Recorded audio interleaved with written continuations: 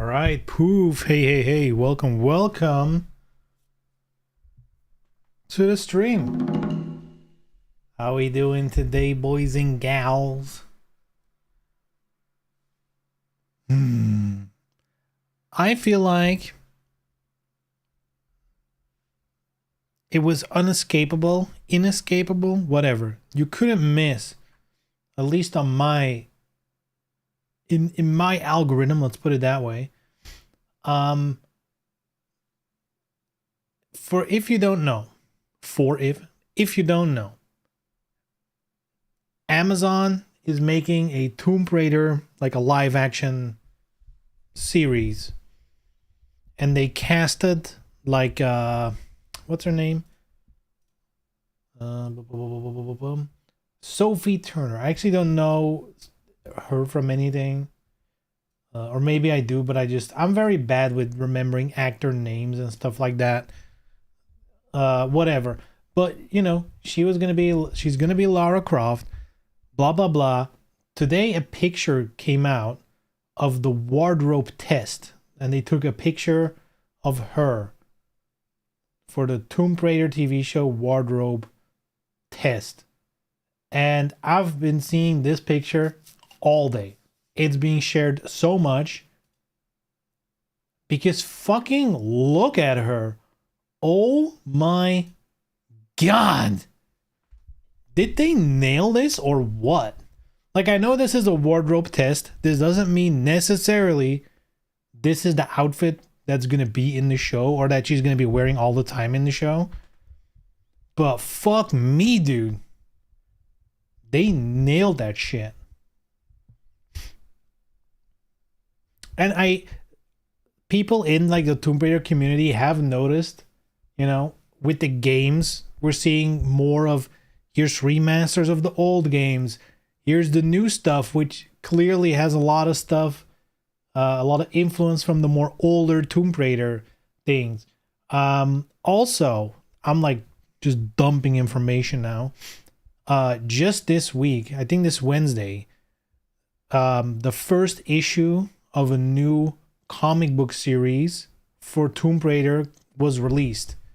And I believe that series is also canon, like it's its official lore. And they make a lot of references to some of the old stuff, even stuff from like the old comic books. They're making references to like characters returning, stuff like that. So it's like, and now this is the wardrobe test. A lot of people picked up on, hey, they are really going back to that original idea of Lara Croft. We had our time with the Survivor stuff.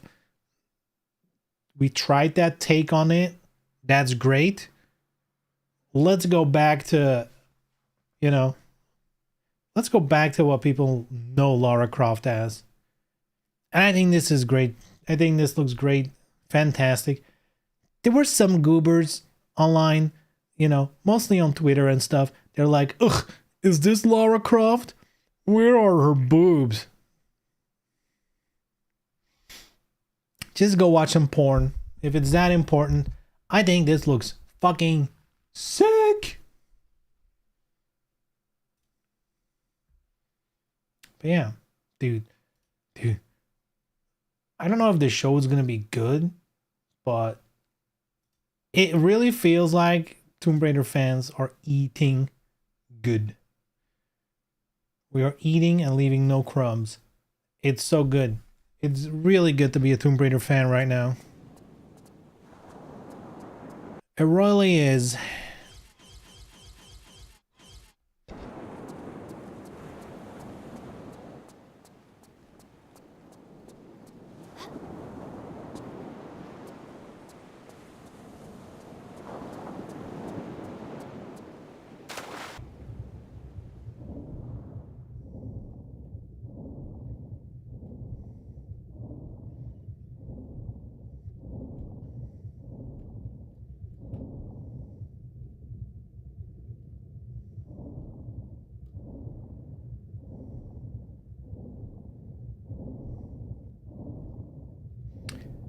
And that current is pulling. For sure.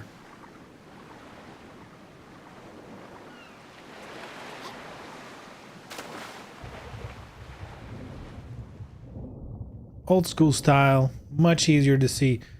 Want to actually find the items? Old graphics.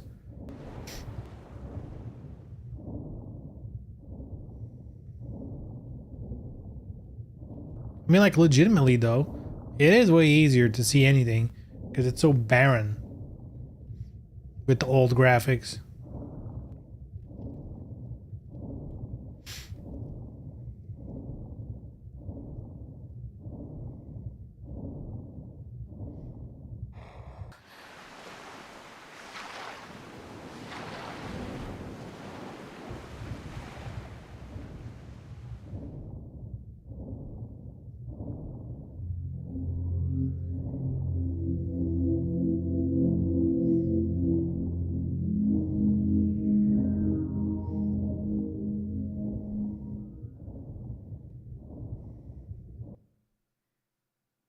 Whoops.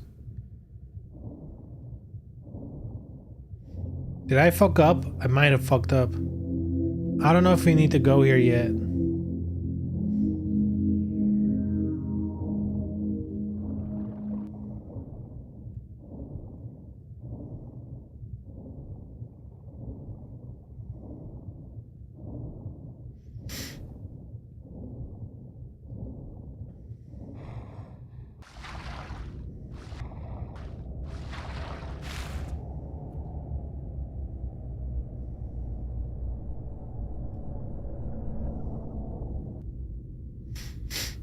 Oh, is this the exit?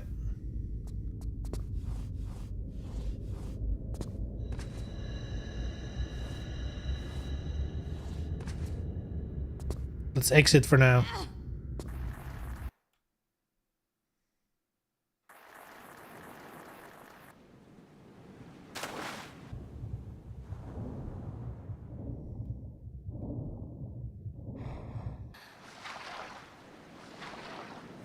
Okay, we're here. Nice.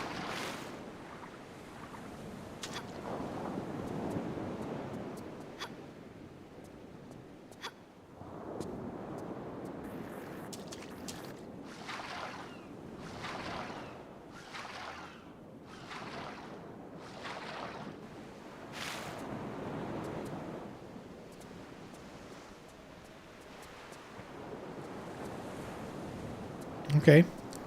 Closed.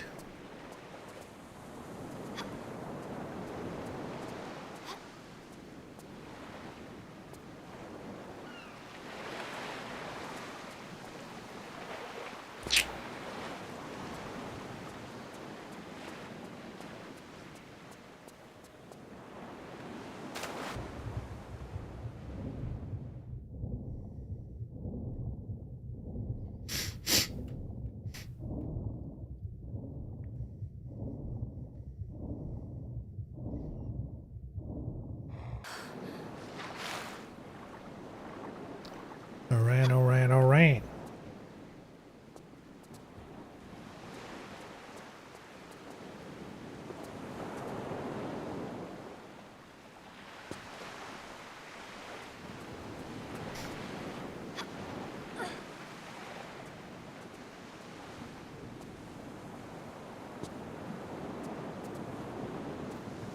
You know how last time I was like, man, we could get, like, we missed a secret, and I was like, we could go back, but we'd have to go all the way around.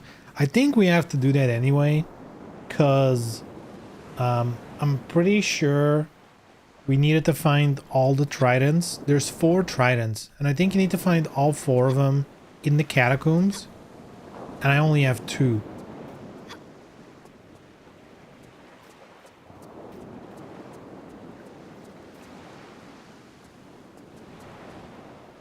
So we need to go back regardless. Boing. Boing. Boing.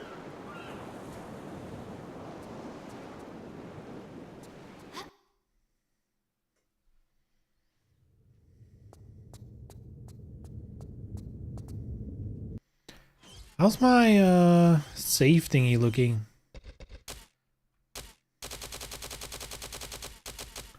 So Catacombs, that's like right when I started Catacombs. I mean, that's gonna be rough.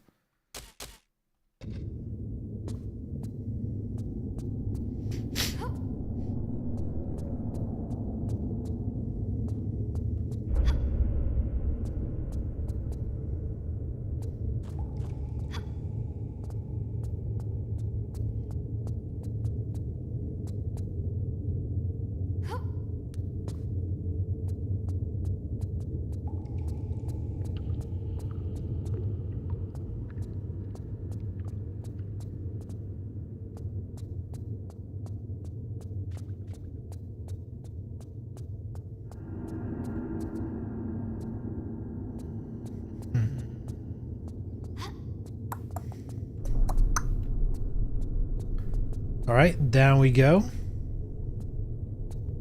Let's do a quickie save, so hopefully I won't die. This. Okay, this opens, no? I just don't know how. Is it like a secret?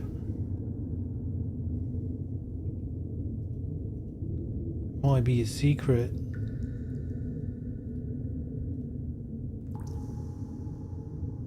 Hold up. I'm looking at like I got tired last time of like there's like walkthroughs and they're like they're all text, which I mean it's detailed, it has a lot of stuff, but there's also these the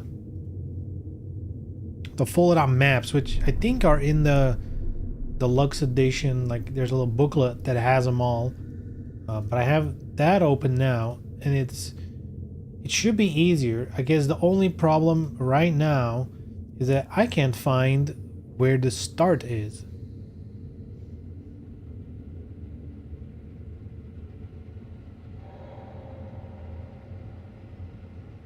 Ah, I found it. Found it.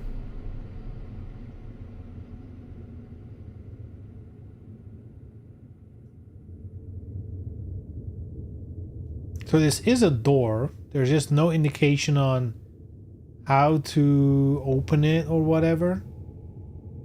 Maybe it's something you unlock later. There's like all kinds of ways back and whatever. So who knows?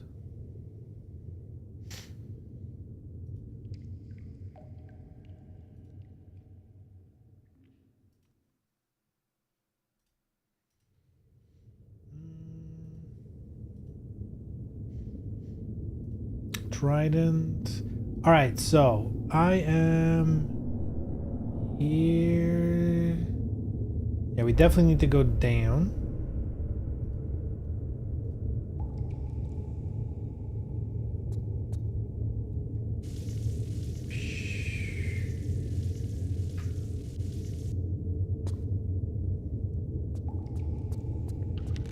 Uh-oh. Can we even reach that? That is so far away. Don't push me. Damn, push me, amigo.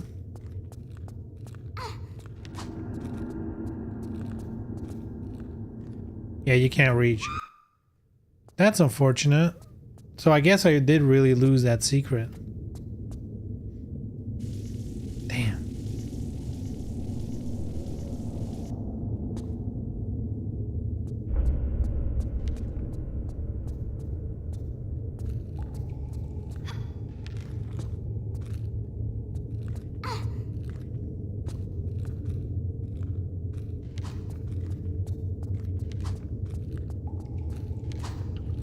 Oh god.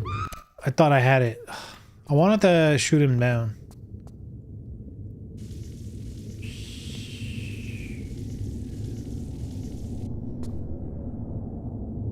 But I really don't have to though.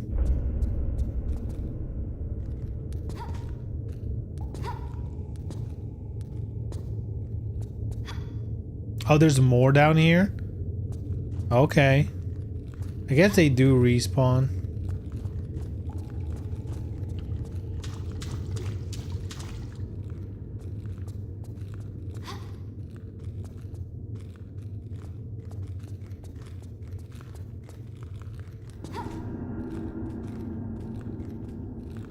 Nice try, amigos. What's this place? All water? I don't think we've been to a water place yet. I guess I did miss some stuff. Hold up. Where are we?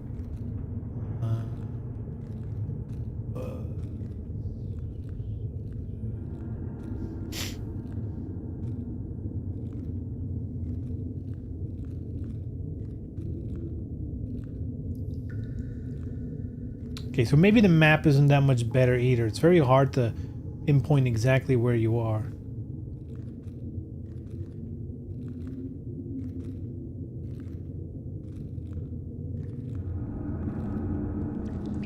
Okay.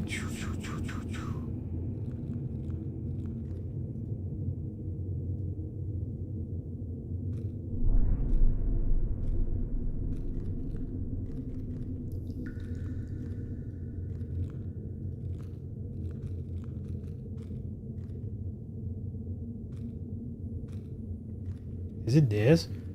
But it's full of water.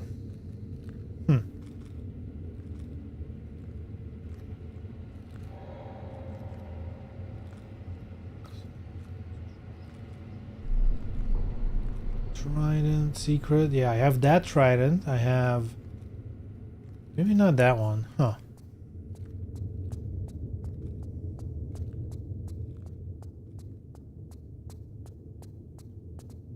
Actually, no, I do have that one.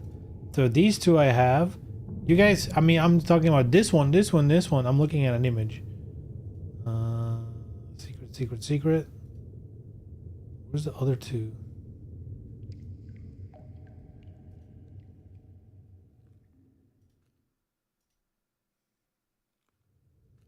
Okay.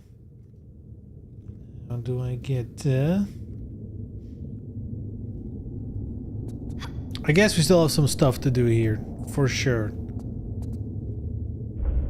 Guess I'll wade through the text. Trident 1. Ledge below, blah blah blah. Below the skeleton, okay.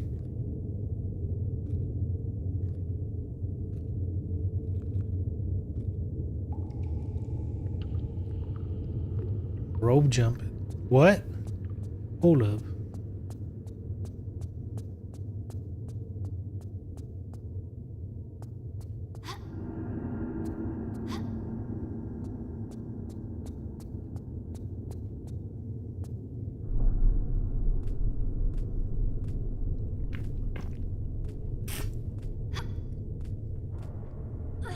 Man, you know what sucks?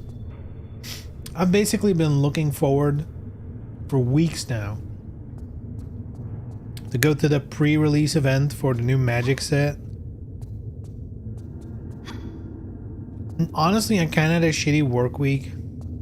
It's been pretty busy. And I'm honestly, like, today, I could have gone. I was done. And I don't know, like, I'm at the point where I don't even know if I want to go tomorrow. Like, I feel like the energy has just been sapped out of me just by the work week. And I just want to rot at home. That's what I feel like right now. Which is funny. Like, I've been looking forward to it for so long. And now that it's here, it's like, eh. Do I really want to go? But I think I'm also going to kick myself for not going. Because, like, it's a temporary feeling, you know? Dude, where is this? Tall room with rope and pedestals? Where is this? Where is this? Where is this tall room?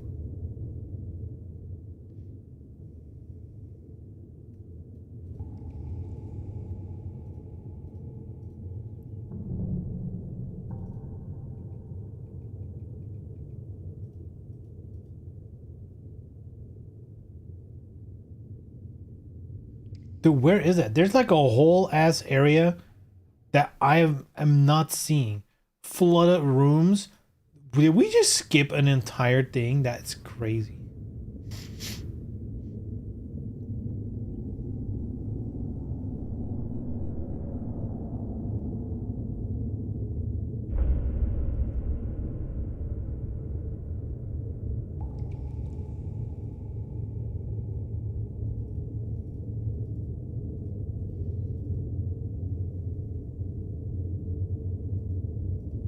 Wait a minute. Wait a minute.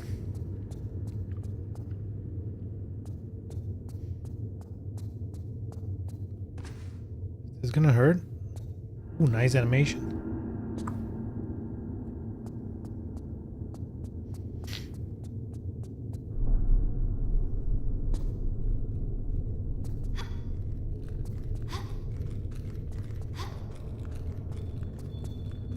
I thought we've been here and that there was nothing here.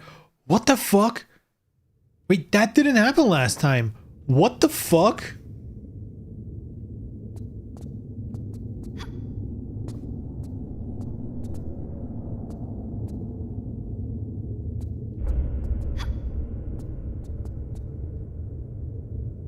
This wasn't here last time. Was it?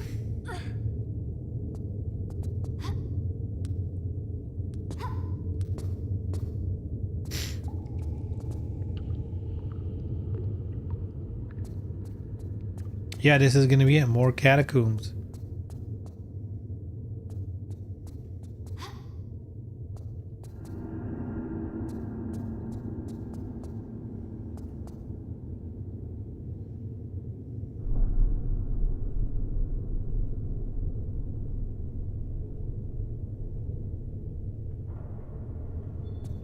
Okay, stuff up there. Sheesh.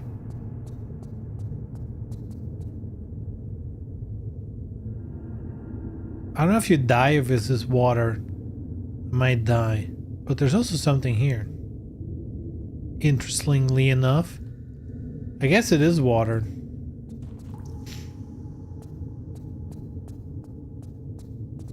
Wait. Wrong way. Wait, or is it? Wait, what?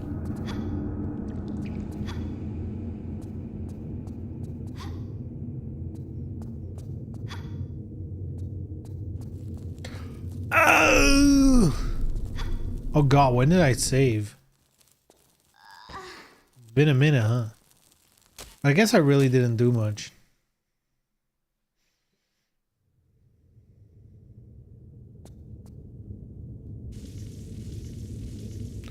We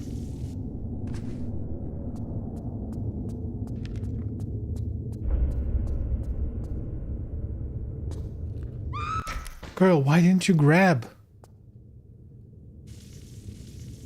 Girl.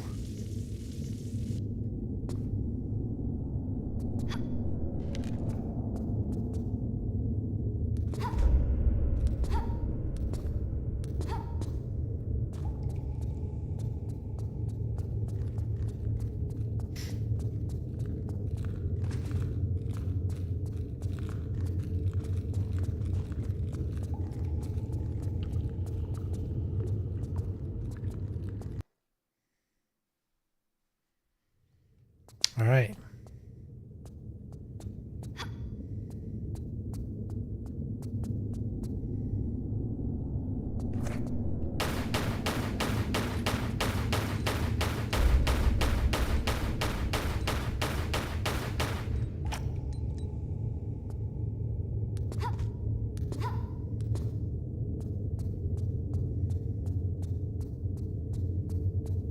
Bam, bam, bam. Right, so we have the little fire trap here.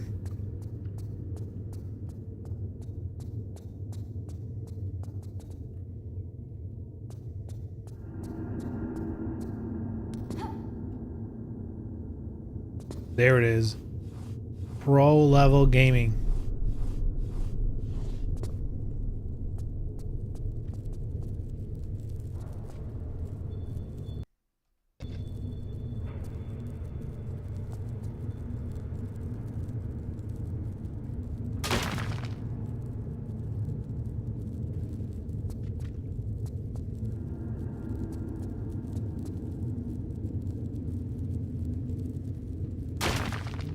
I'm gonna run out of arrows.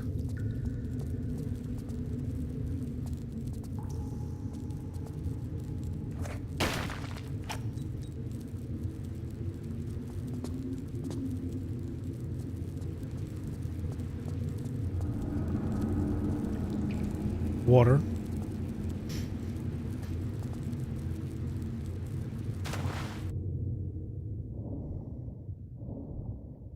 Nothing?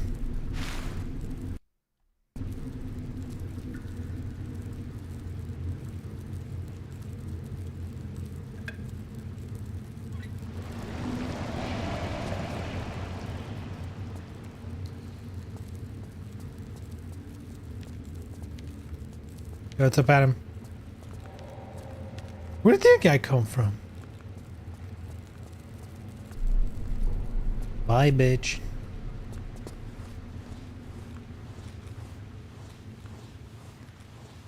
Hopefully I won't get burned. Go. Temple of Poseidon. Oh, is this already the temple? I need to find 2 more tridents then. Should go back to the catacombs.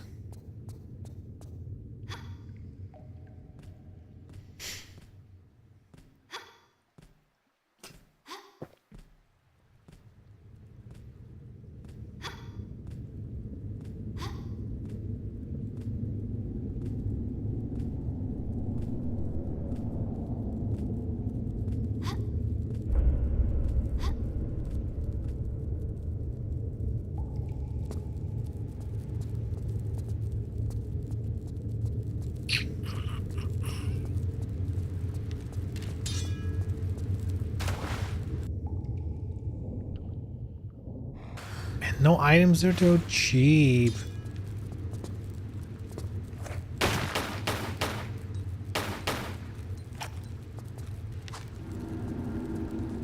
Wanna shoot the vases.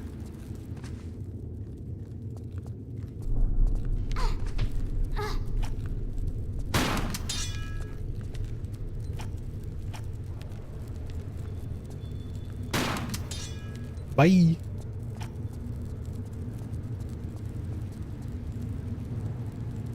And before you can climb.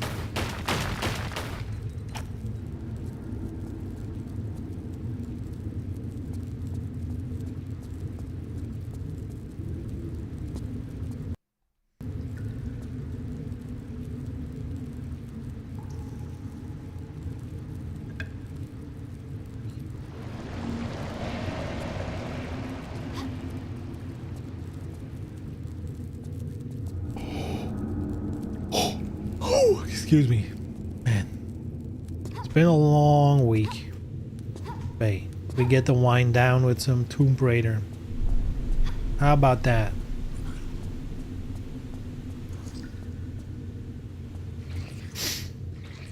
Help me!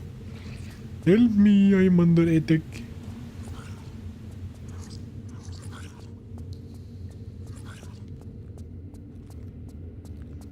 Whoa!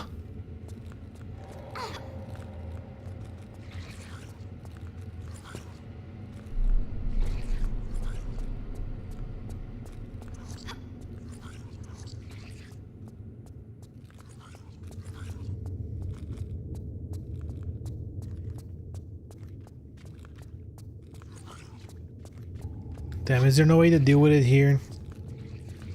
Let's see where this goes. Damn, photo mode has been extremely helpful.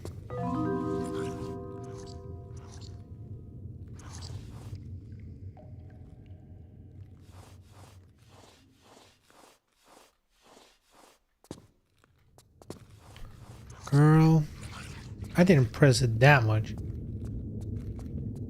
I tell you what.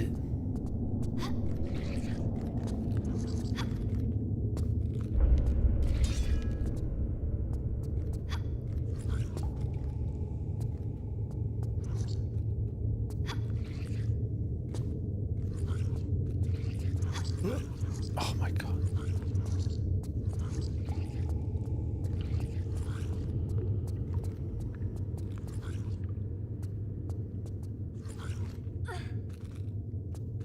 There we go.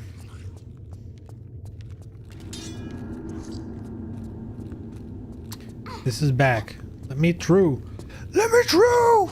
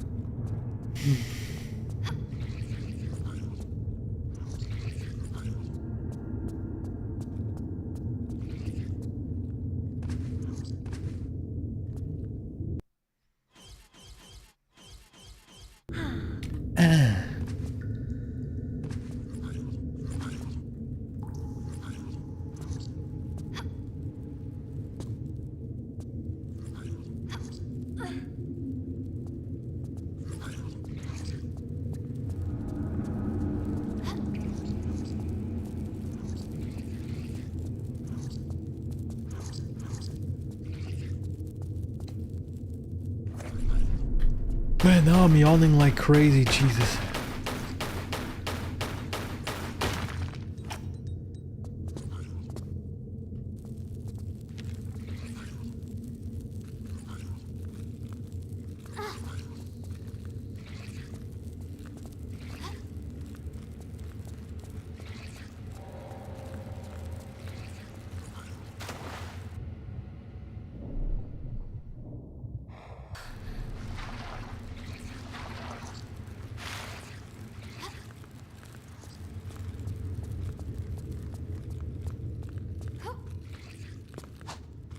Right, I don't think we have anything to do here for now.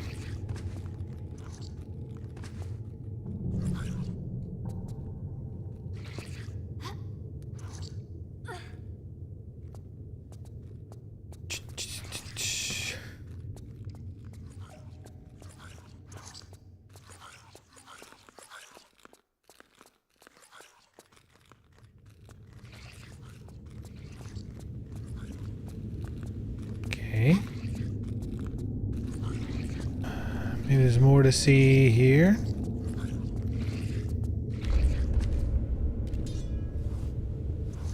Guess not.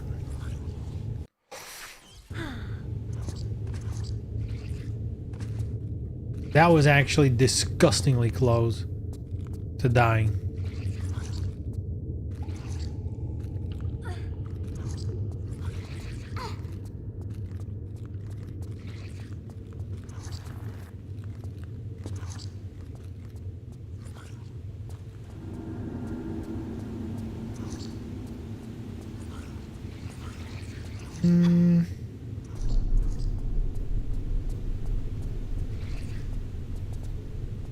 Okay, what if I save and then jump down? Oh, there's no water yet. Even though I can see the water going down, they're like, no. No water for you.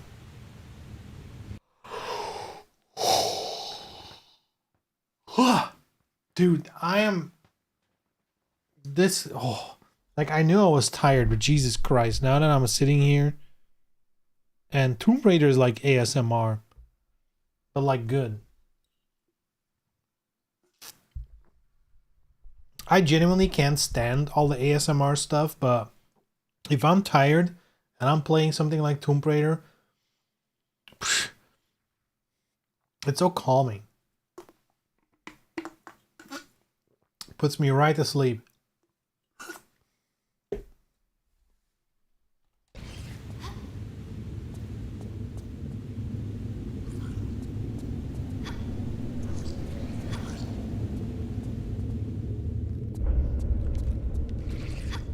Oops, wrong way.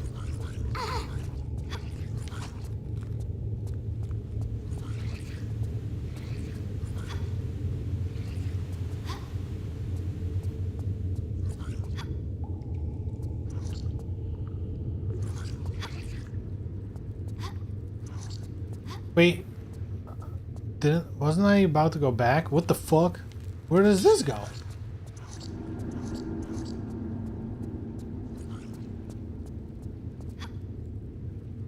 I mean, other than up. Oh God.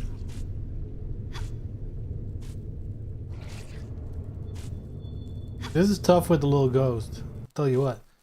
I can't even... It instantly drained it all. Oh, yeah.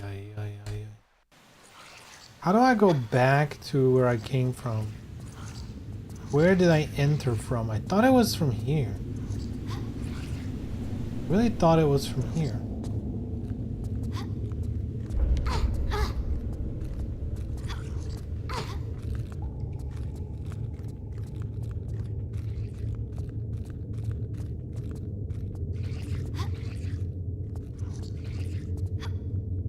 But like, I know it's not. Let's load. It's faster, you know?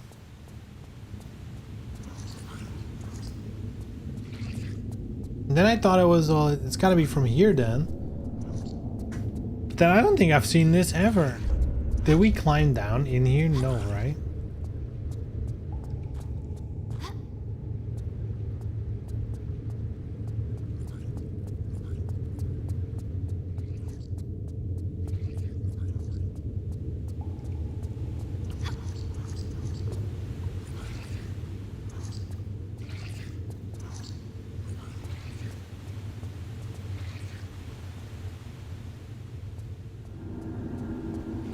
Oh, here.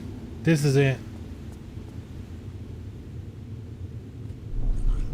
We came from upstairs. Why, ghost? You stay the hell away.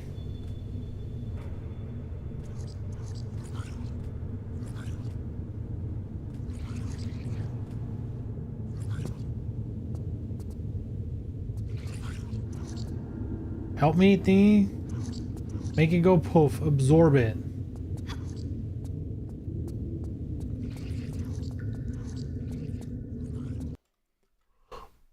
Oh, excuse me, Jesus Christ.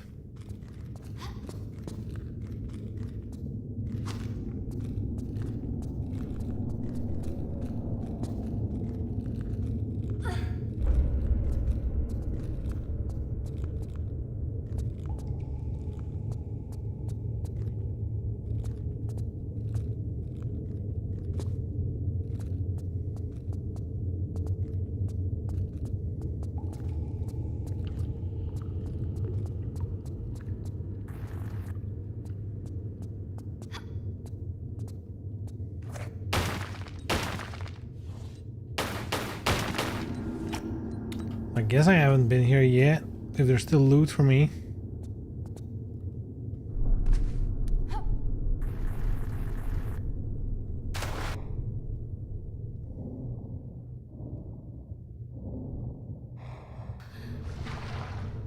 Alright.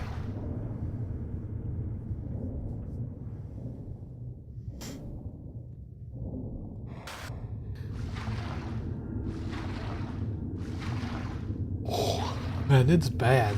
It is bad. If I can hang in there for like 20 minutes, get something caffeinated.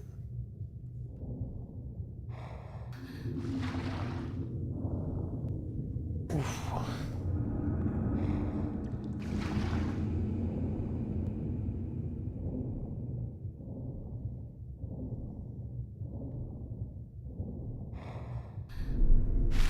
All right.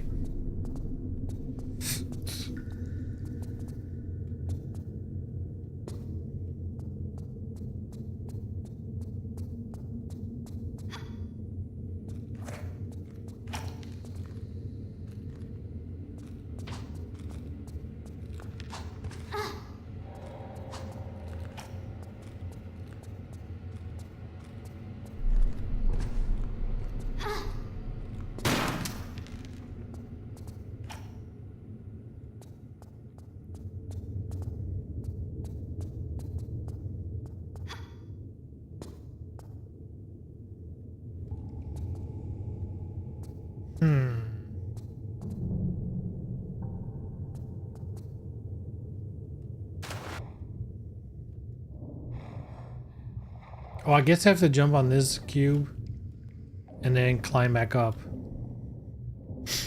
I think.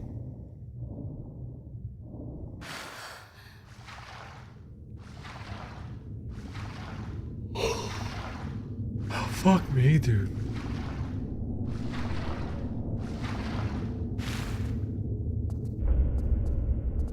I feel like yawning once or twice just feels good. And then just keeping on yawning, that feels bad. No. So what's this? Statue again? I wonder what you can do with them. They are everywhere. They seemingly don't do shit.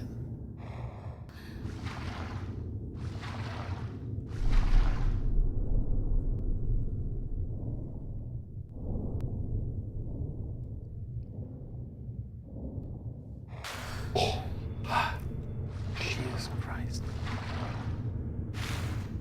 I hope any of you isn't too sleepy, because it's gonna get contagious here.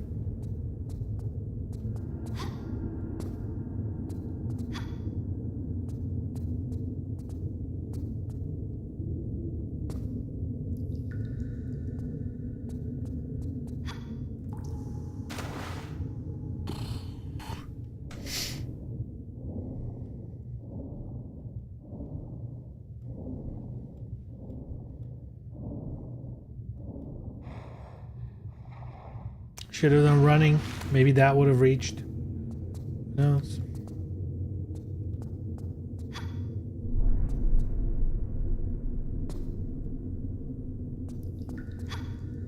Nope. Same height. Who could have guessed?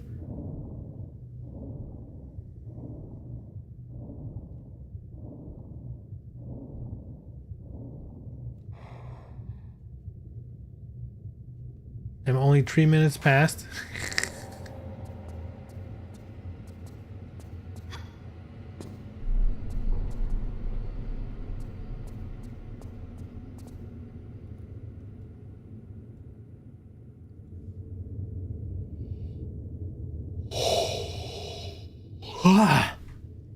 This feels like a commercial for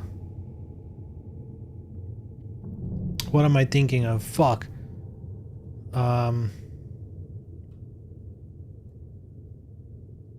I lost my train of thought. Like right in the middle. That's crazy. It's gone. What the fuck? Commercial of what was I thinking of? It's actually just poofed, gone.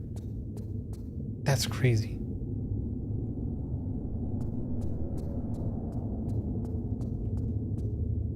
Also, I'm noticing sometimes this happens, right? I'm noticing I've started to say, wow, that's crazy. I'm saying that a lot. Like I'm starting to notice how often I say, that's crazy. Even when things aren't crazy.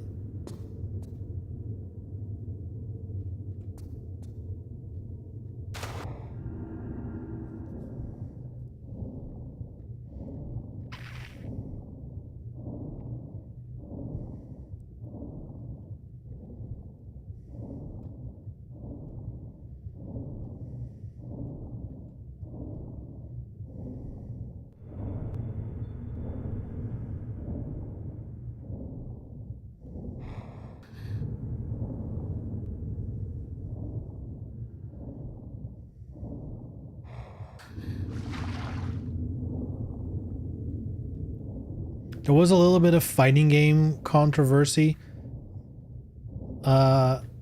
yesterday or 2 days ago, where I think the Grand Archive boys had some job openings for AI generators, which you know what that means. They can be, well, it's exploring, blah blah, it's not gonna be in the full game. You know they're saying that, you know they're not meaning it. If you're looking for jobs, like someone's full-time job is to be basically a prompt hero, that is rough.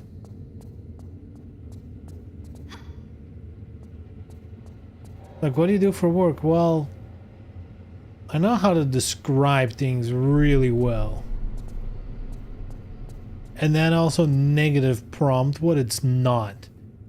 You wouldn't understand. It's too hard.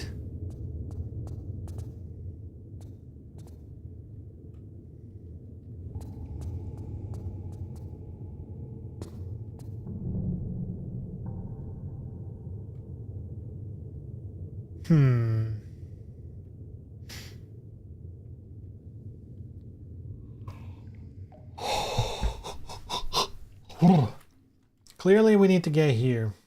That's one part of it. That's gonna require climbing. That's gonna require us getting here, which is high. This switch might be part of it. But that also means we need to get here, which means we need to get here. I think there's 4 squares. I might not make it. I could try. I'm at the point where it's what else? Could it'll be? Oh, it'll work.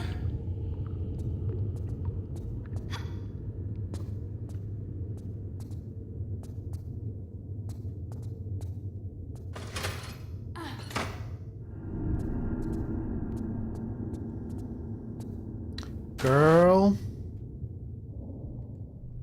Girl.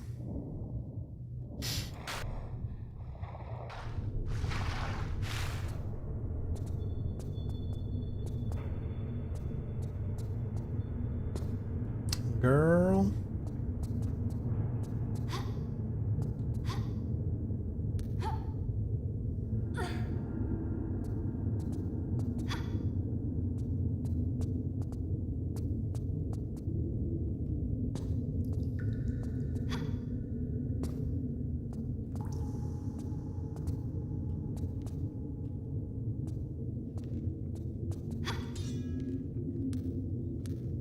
Can they climb the monkey bars too? That would be not crazy. That would be surprising.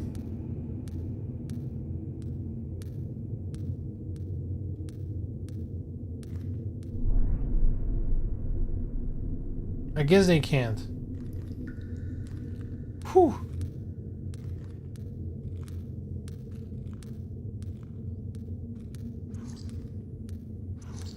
Not the flame.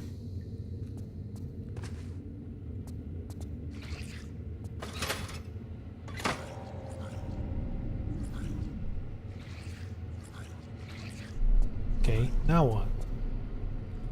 Oh, it's on that side. Oh. Missed. No.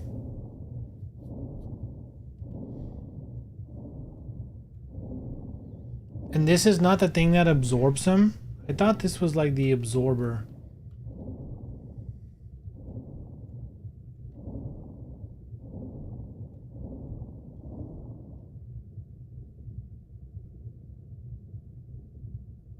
There it is.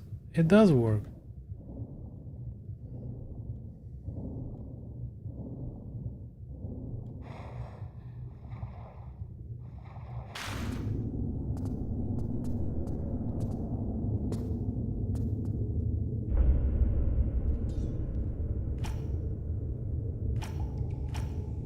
Come on, Bucko, bring it.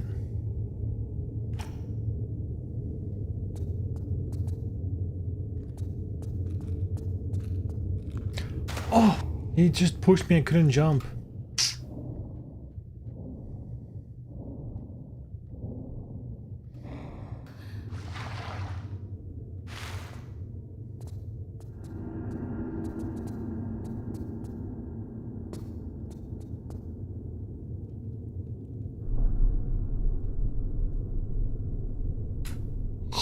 You know what I think? I'm gonna take an early break because I need something to wake me up. Be it an energy drink, coffee, I don't... Probably not coffee.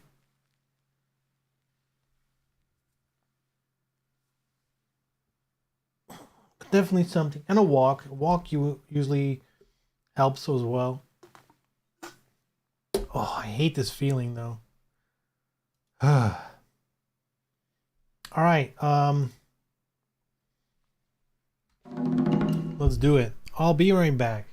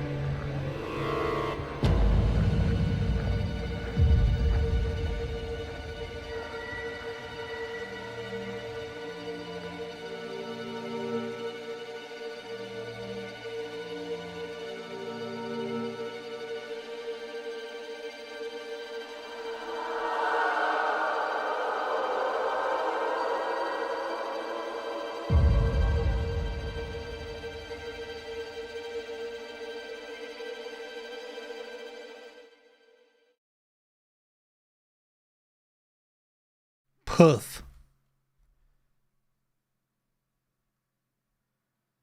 What did I miss?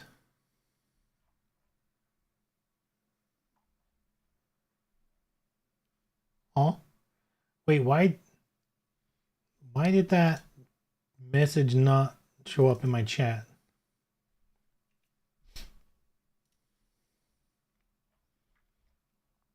What the hell? Is my Twitch chat not working? Hold on.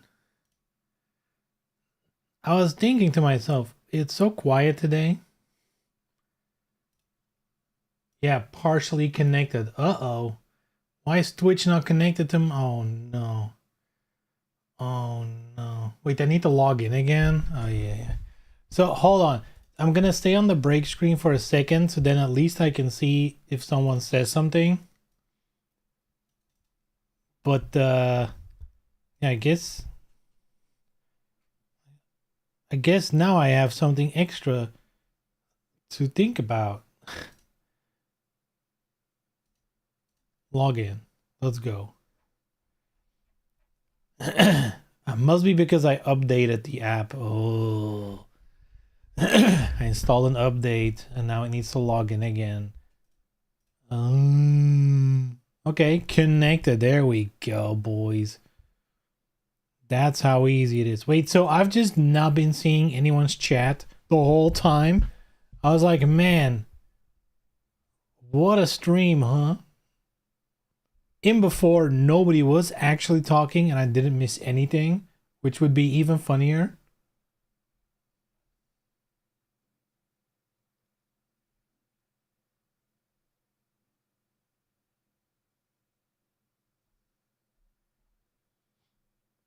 Oh my god, there was a lot of talking. Oh my god, you must have thought I was completely ignoring you. That's so funny.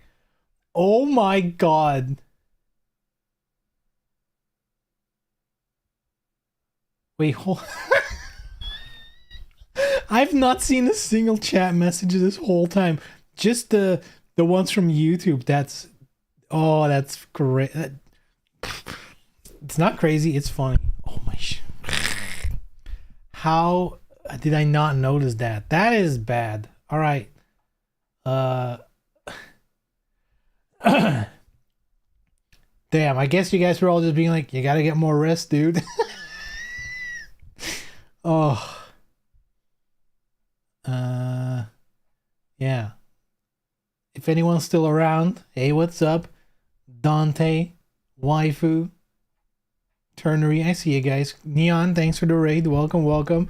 God, how, oh. This is like, you know what this feels like? You know how sometimes people start streaming and they forget to unmute their mic and nobody says anything? And they only notice after like half an hour that their mic is not on? This kind of feels the same way. Like, you guys were yapping away. I had no clue. No idea. Like, man, he's so unresponsive today. That's crazy. He's not even reacting to anything. He's not reading my chat messages. Bad streamer. So actually, funny enough, in that sense, perfect raid during break time. That, like, honestly, yes. Oh, hold on. I need to change the screen. Honestly, it was the perfect time, because now you got me to notice my chat was broken. Is it still broken? What the helly? No, it should show up now. What the what the hell? What the hell? Oh, I guess it's just showing. I mean, I guess you guys could have seen the chat that I was receiving.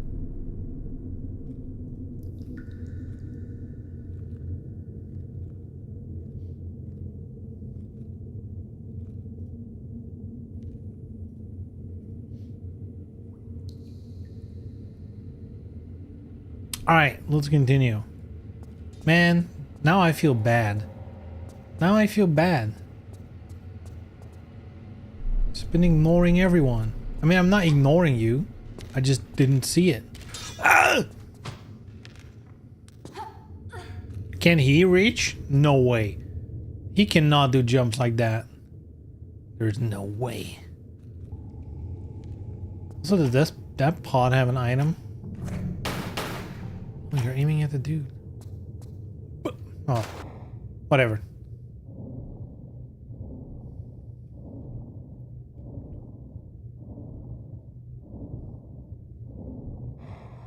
Yeah, dude. Imagine if I were to go to the pre-release now. I would have fallen asleep. My opponents would be like, well, did I win then, I guess?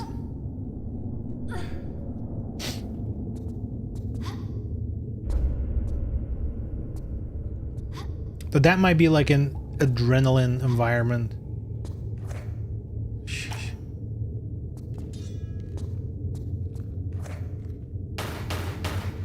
Turn, bitch.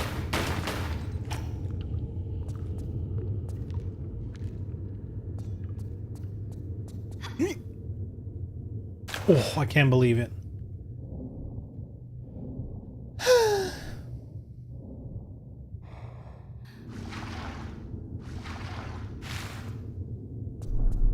Wait, so now I actually gotta catch up. One of the Stark women in Game of Thrones. I'm actually going back to all the way to the beginning. So the actress for Lara Croft on Amazon. She was in Game of Thrones. Alright, I never watched Game of Thrones. Dante bringing up ancient things like Remastered.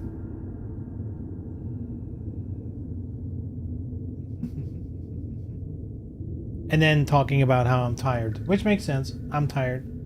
It's better now though. I got some energy drink. Walked around a bit. I feel like that's usually what does it actually the most. Just walking around a bit.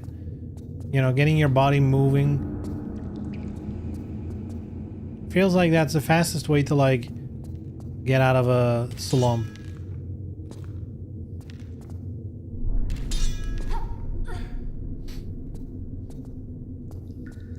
I think honestly is the first sign of actually, like, as much as in your 30s you love to joke about it, I think genuinely this is like one of those things where I'm starting to notice actually I'm getting old.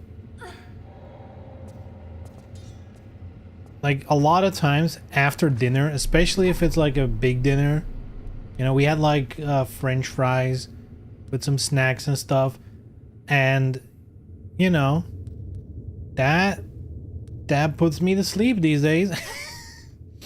Just like any big meal, if it's like, you know, if your body needs a lot of processing on it, like I'm definitely conscious of, like, you know, for example at lunch, if I eat like a salad, it won't, there's no dent, it won't do anything to me. However, if I eat like bread, that puts me to sleep so fast. I have like a giant like afternoon dip in energy. I'm gonna assume it's like a carbs thing. Who knows? That's what I'm assuming.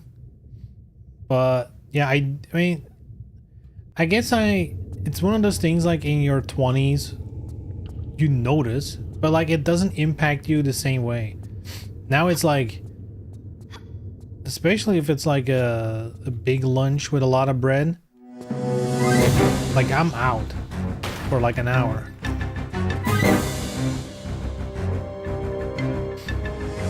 I've yet to hit full-on lunch break naps. I know that's the next level. And I guess it also depends on the job, because I do know people who have like a physical job who literally during lunch they go sit in their car, eat their lunchbox, like their bread and stuff, and then just take a nap for an hour.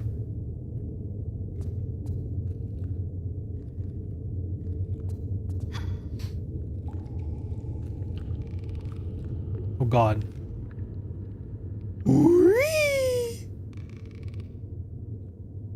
Can we reach the other side in one go?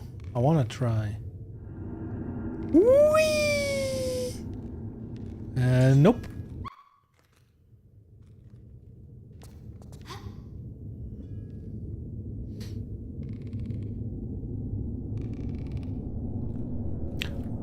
Dude, the physics on the rope thing is crazy.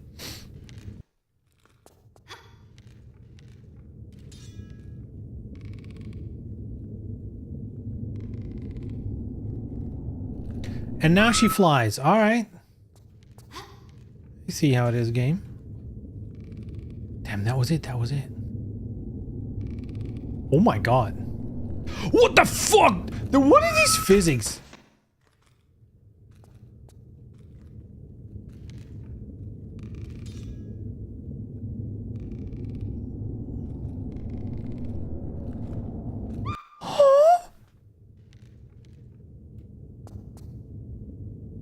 Dude, she's defying physics. Isn't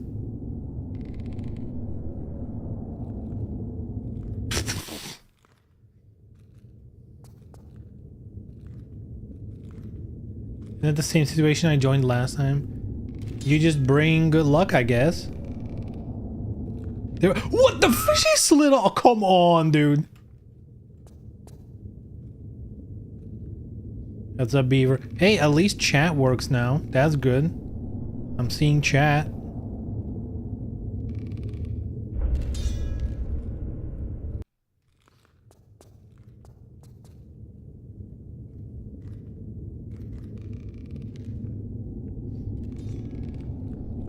Dude, before break, I was streaming for like an hour without realizing chat didn't work. Why can I not turn? Hey, amigo. Oh, thank you.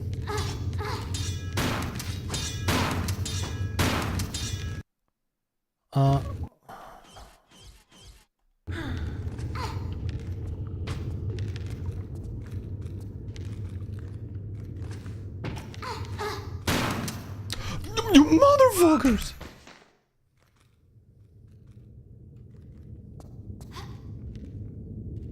Okay, so what I need to do is jump on there and then immediately reload and then immediately kill them.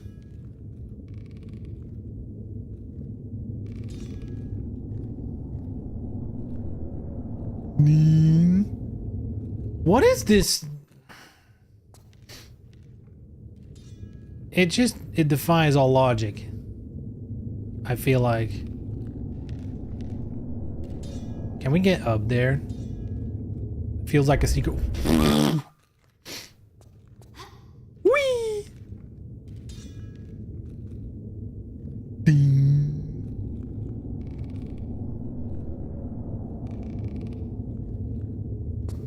Oh!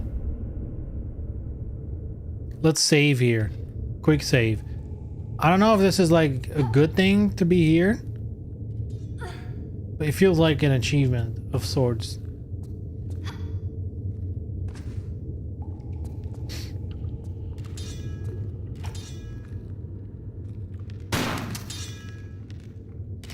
Girl, what are you doing? Why are you...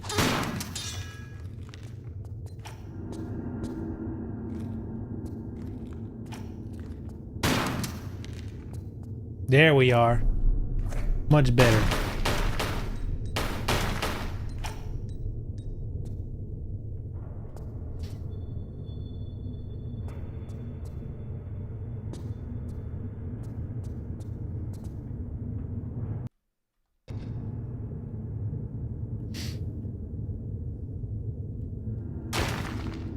Hey buddy, don't lose your head.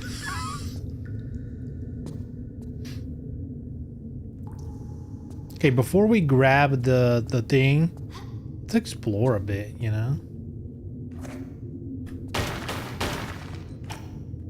All that for a med kit.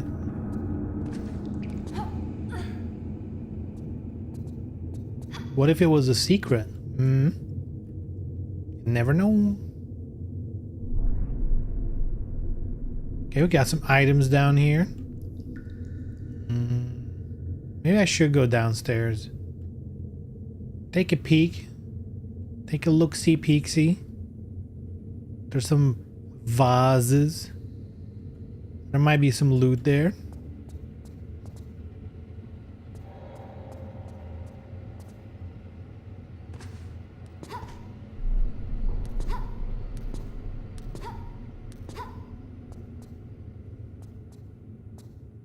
Damn, they're lighting up.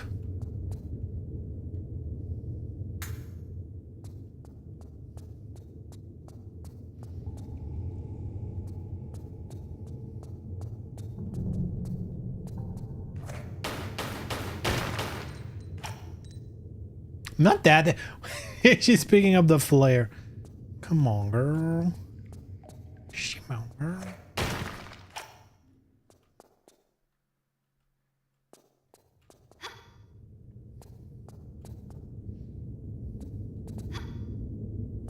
Man, there's got to be something down here, like a secret or some shit. Come on now. Come on now. Give it to me. I guess not. Unfortunate.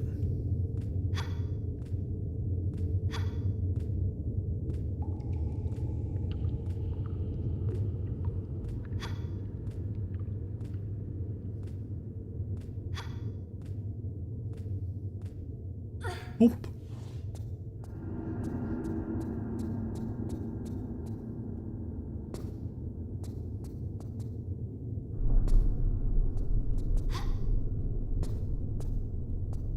Man, today I must say I was kind of surprised. I ordered something from Poland like a couple days ago, and I think 2 days ago on Wednesday I got like the confirmation of like, okay, it's been packed, it's gonna ship today, right? So in my head I was like, okay, it's from Poland, it ships today, I'm not getting it this week. You know, that's way too soon. Turns out, no, it arrived today. I was very surprised. Like a 2-day delivery.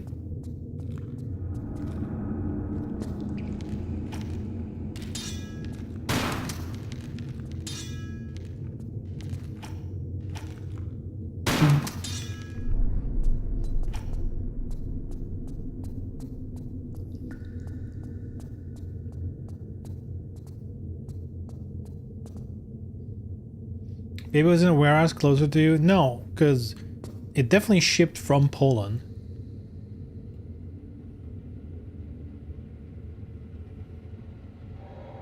Yo, another trident. So we need to get this one first. I can't believe it. I cannot believe that happened. When did I last save? Oh my god.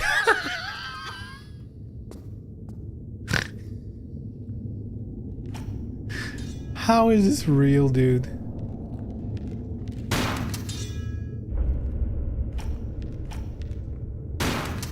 Oh, come on, dude.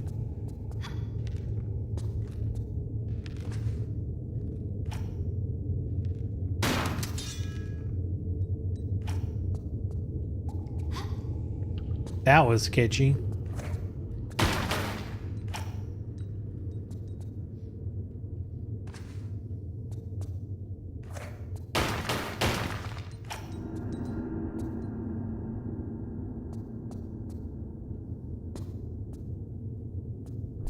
Did he even wake up? Do I need to shoot him? I don't think so.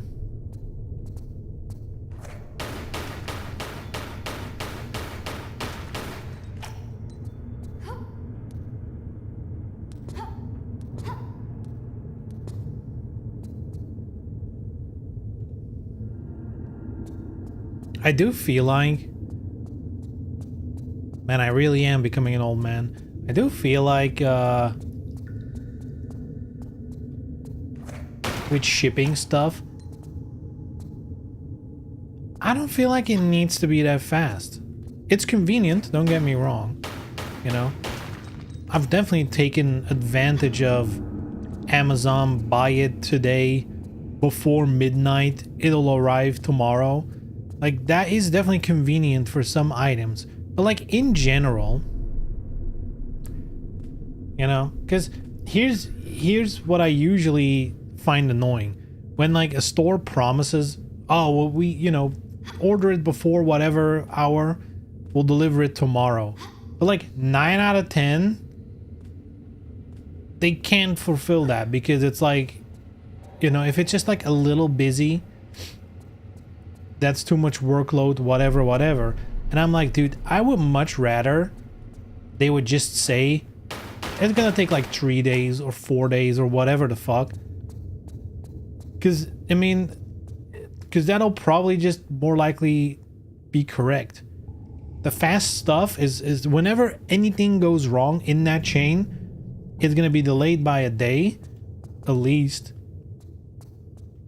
And then it's fucked, you know?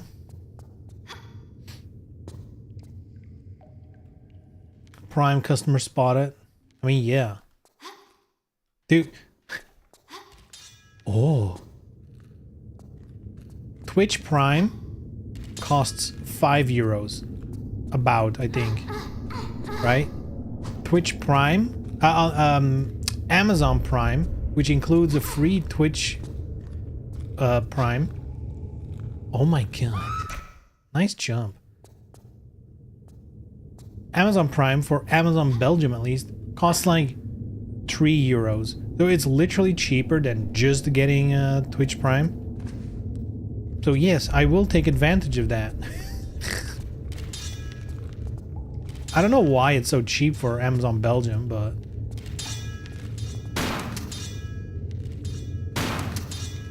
Oh my god, I'm too good.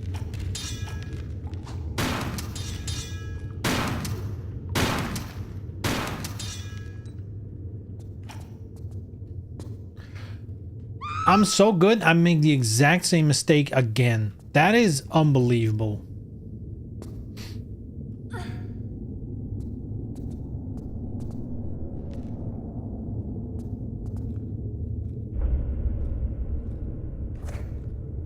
Look, I'm tired, all right?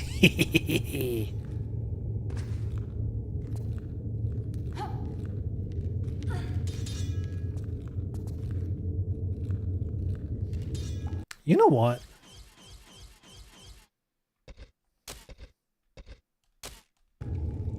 If we get him all in one spot, why don't you guys jump over there?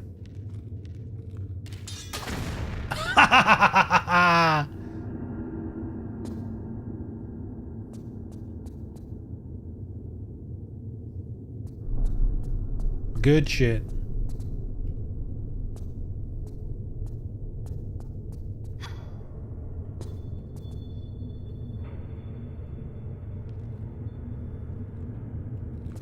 Yeet.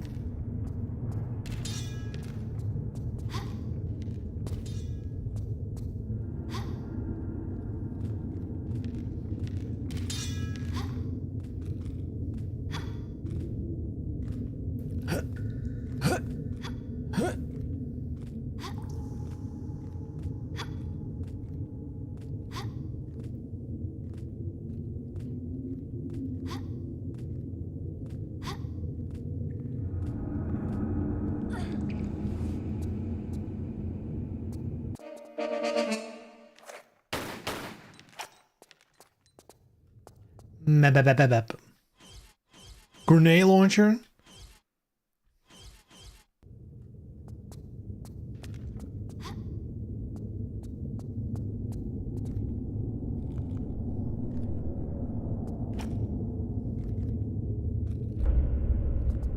Damn, he can't get up. Happens to the best of us, buddy. Can't get it up. Are these breakable? I don't think so, right?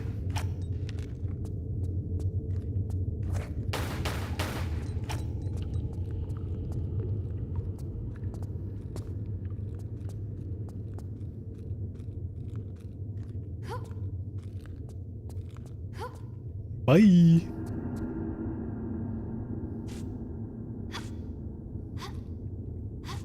What a useless guard. He can't even get up on the platform he's supposed to protect.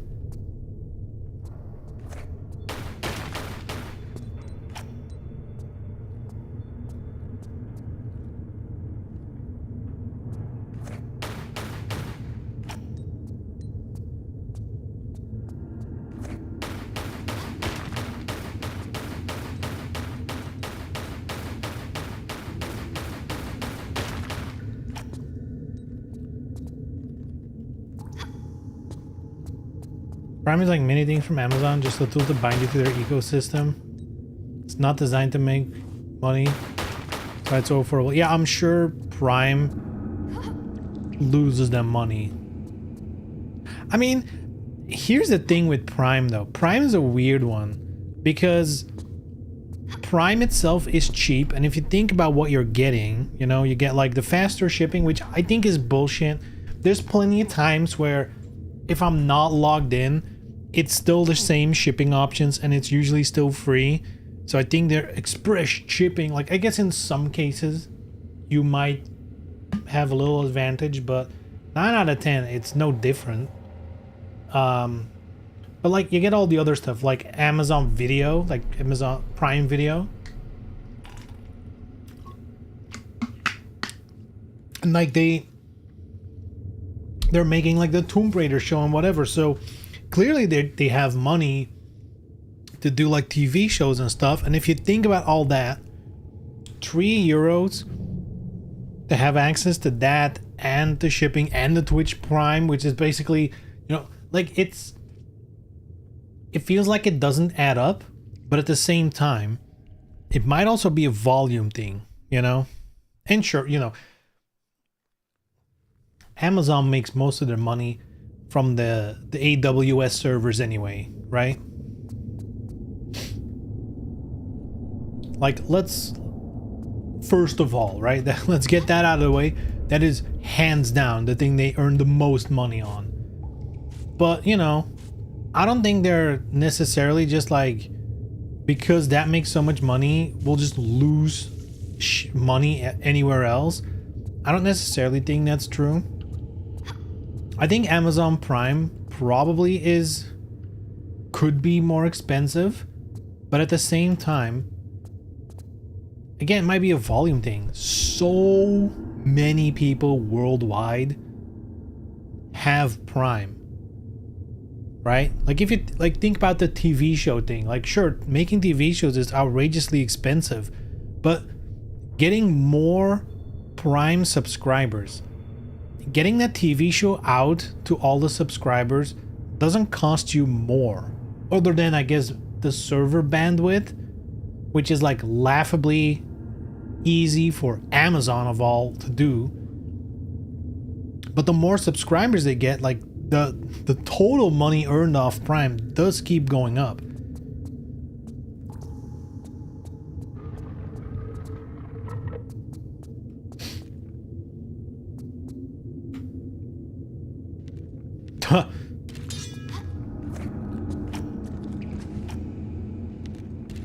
Okay. Expert level dodge. There you go, there you go. Business to business moolah, yeah, it's disgusting to you know what I always hate? When there's like a piece of software and it's like, if you want to buy this piece of software, it's like $5. Easy. It's $5. Oh, you're a corporation? That's 1,000, please. And it's like, it's the same fucking thing.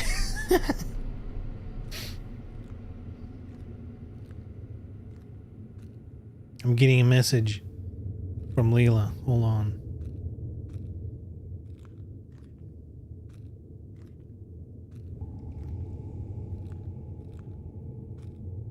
Oh boy. There's like, so here's what it's about.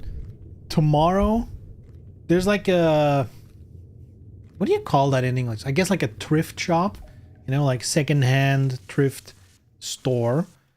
They usually do like the classic, you know, like furniture, clothing, like all that kind of stuff, right? But specifically now, so what they often do is they do get like video games and stuff like that. And they kind of like collect it instead of putting it in the stores normally. They all collect it. And then every so often they do like a big video game day, you know? And tomorrow they're doing that like really close by. So I was and I saw some screenshots. They got like Sega Mega Drive games and stuff, and I kind of hope they have like old PS1 games and stuff. So I really wanted to go. And Leela just sent like a post they made with like some pictures and stuff. But I also read some comments that apparently last time they did one of those, just like 1 minute after opening, some dudes roll in with like fucking carts and just loaded in everything and like, we'll buy it all. And it was just like nobody could buy anything because like just a couple people went in and just bought everything clean. And they're probably trying to resell it because, you know, welcome to the hellscape that is capitalism these days. But and apparently they're like, oh, we've taken precautions for that kind of stuff. So I don't know what precautions that's gonna be. Hopefully it's not like, oh, you can only buy like 2 PlayStation games and 2 whatever. Maybe there's like a, you know, like maximum 10 items or whatever. Which, I mean, I guess depending on it would suck for someone who wants 11 things, I guess. But it's always gonna suck for someone. But you kind of, you know, having people go in there, because, you know, used video games, like for a lot of those, they don't care if they can buy a bunch of Sega games for like €1. They don't care. It's like 90% duds. They don't care. They're buying FIFA 95 and FIFA 96 and whatever, because maybe there's like one Castlevania in between there and they made their money back, you know, like 10 times over. But anyway, hopefully, so what I've been looking for, not necessarily active, but something I'm like looking out for if I were to encounter it somewhere, I would purchase it. Fear Effect number 2. I own number 1. I played 1 and I think I played 2 as well, but I never had physical copies of it. I think I played them later, emulated. But I've purchased number 1 at like a con, like an anime geek convention, like a Comic-Con thing. I found number 1 and bought it. But I've never seen number 2 like out there. I've seen it online and people ask like, you know, like 30, 40 euros for it. Depending on the version, of course. If you buy like an Italian version, it's gonna be like cheaper. But I don't want Italian, I want English. Didn't they release on PS5 with limited run games? I think, didn't they remaster the first game? I think that's the one that's on PS5. There, maybe you can play the emulated versions, but I want the physical. I want it. It's like one of those games I want physical. I think also one that I'm hoping to encounter, which actually is a fairly high chance because it's not like a rare game. Medieval 2. I love Medieval 1. I've played Medieval 2 multiple times, but also emulation. I never actually bought the disc, and I kind of want it, just to have it.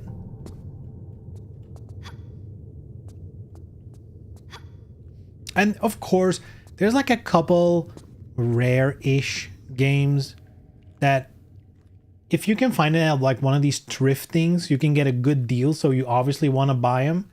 You know, there's like a couple of, and I usually think about PS1 games because that's like my childhood.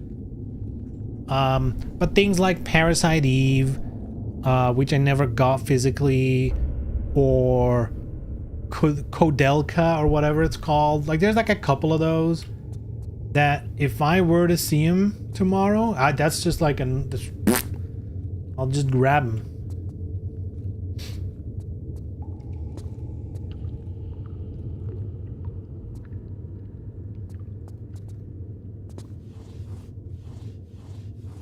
The only downside is it starts, like the store opens at 9:30 in the morning, which like isn't exactly like crazy early. I get up earlier for work, but on a Saturday I don't like getting up that early.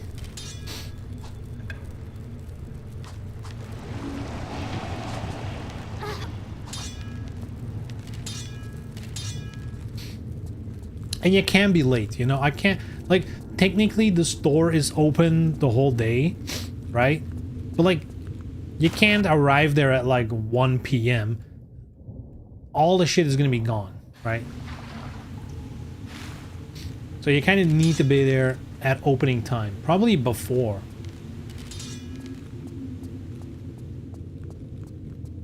Wouldn't make it in that time even if it was across the street. It's kind of across the street for me. It's like a 15-minute drive, which I feel like is not bad.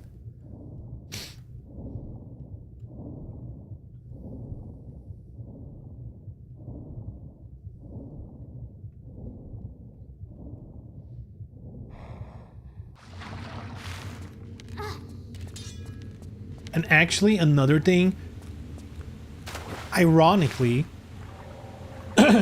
if they have cheap Guitar Hero guitars, dude, that's actually so funny. Old Guitar Hero guitars that used to be like, you know, when Guitar Hero was in its heyday, or like a little after when it all crashed and burned and nobody wanted it anymore, all video game stores had like heaps and heaps of plastic. They had like the drum kits and the guitars and everything, and they just could they would have given it for free if they could, you know. And now those are really desired because, you know, the people who still play those games and do like the challenges and the speed runs and whatnot, they really want the old controllers, right? Even if like some things are broken or whatever, they rip them apart and they fix them and stuff. So if you can find those like cheap, I wouldn't spend like a lot of money on them, because the thing is, if you want to spend a lot of money on them, there are new controllers these days.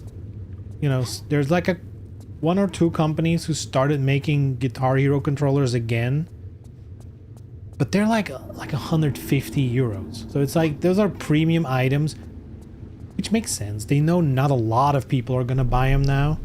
It's like a small market, so you're not gonna make like a cheap, mass available product. But yeah, for the cheap old ones,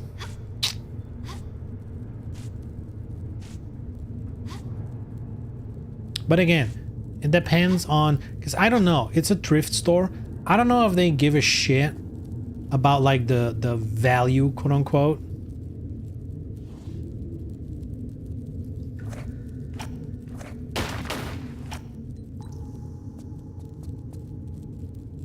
Like if they look up the value of something and then match it, you know, or like put a similar price, that would kind of suck. I feel like the cool things about a thrift store is you can get it like way cheaper than what it goes for. And not to scalp, of course.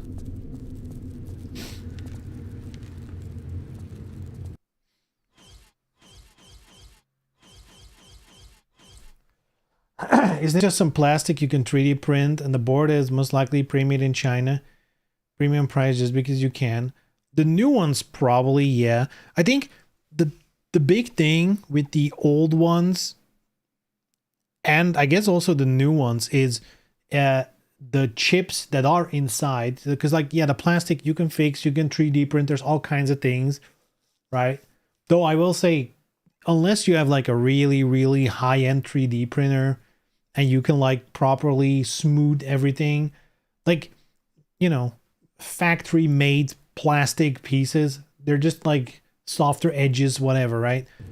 But that aside, like the actual chip inside, they do have like the licensing and stuff to make it work on consoles. Because remember, a lot of controllers and stuff have issues depending on which console you want to use them, because both Sony and Microsoft, I don't know if Nintendo does it, but they've like artificially locked off some peripherals, which is also probably why those new ones are so expensive, because they need to pay out of the ass just to have it work on a PS5.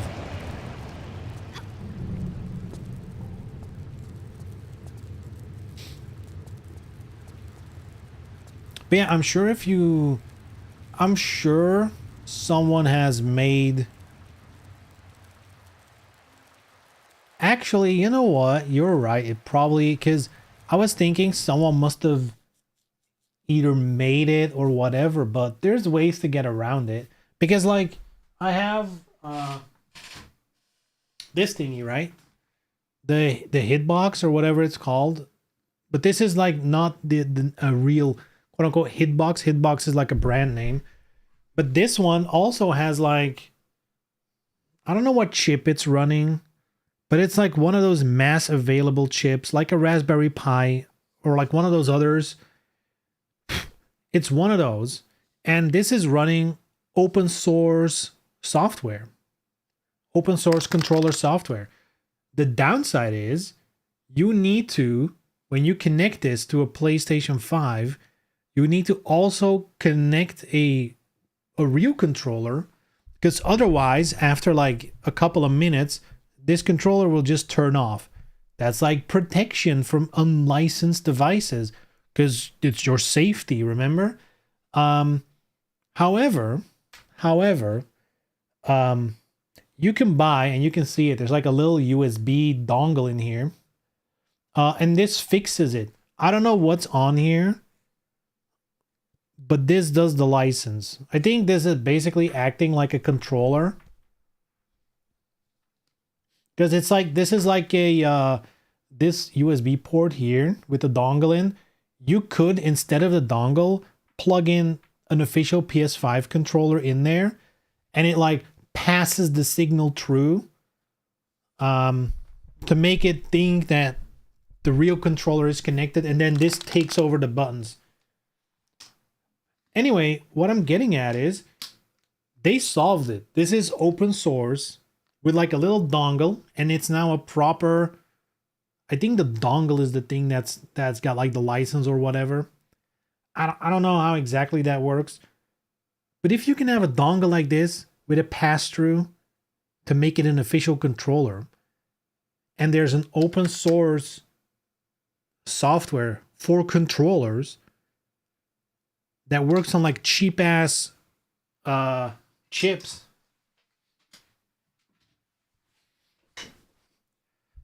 I'm sure you can get it to work. I'm sure those Guitar Hero controllers behind the scenes, they're just sending the same buttons. They're just sending the signals of the normal buttons for sure.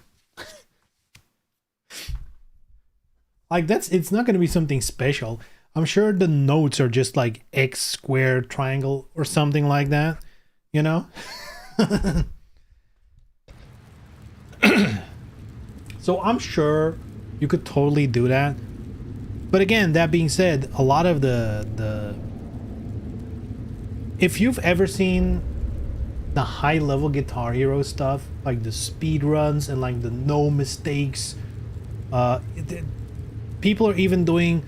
There's no notes on the screen. They just have to do it by heart. Perfect runs, all that kind of shit. They are very... They have trained their muscle memory through specific controllers. And because they've been doing it for so long, they are super used to all those old controllers. With like the exact timing and latency those have and yada yada yada. So, at least in that high-level Guitar Hero world, those old controllers are still very desired.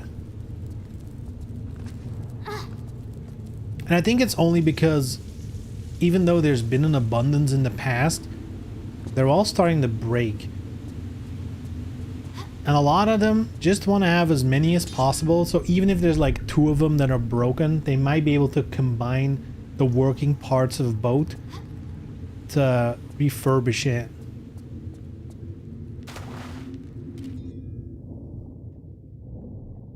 Anyway, long story short, if they have a cheap one, I don't think, like, if it's like 20 euros, I think it's already past like it be being worth picking it up randomly. If you're gonna use it, 20 is probably still a good price if it's in working condition. But anything more, if they have like one for 5, that's like an easy pickup.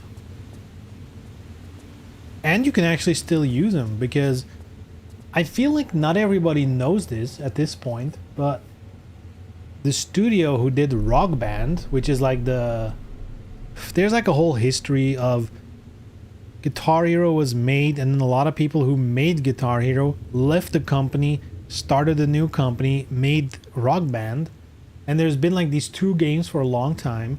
Guitar Hero went under. Rock Band actually continued for a bit, because Rock Band 4 is a PS4 game from that era. So they were still in it, surprisingly.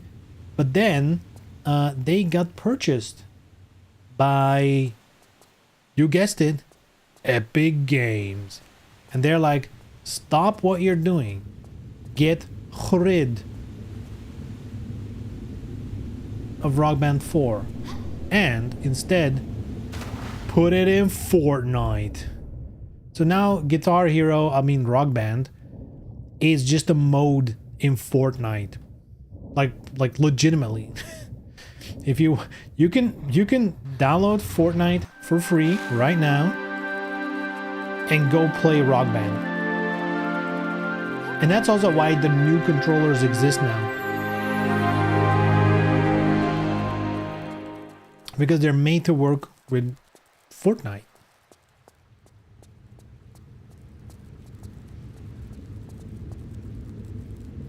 If they pay $100 instead of 20, just to not slightly adjust your timing is one hell of a problem. You need to keep in mind the level of timing we are talking about here, because like they play fast. Like it's not like it's, dude, timing wise, imagine the most difficult fighting game strict timing combo ever. That is a joke compared to the timing stuff that needs to be done for high level Guitar Hero. Like it's on a different planet in terms of requirements.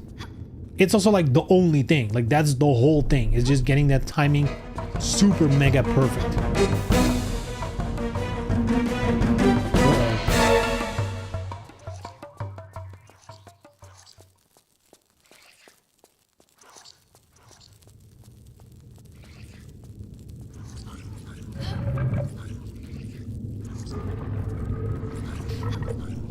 Yo, we got a piece of armor. Woohoo! Wait. Hold up. I might have fucked up. Hold on. Hold on. Remember, there was a trophy to go talk to whatever his face is. Yeah. Get all the clues from Jean-Yves.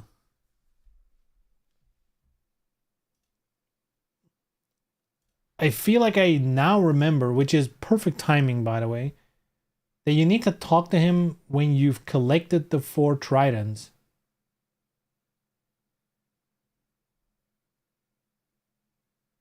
But I don't, maybe I shouldn't have gotten the armor yet. Hold on.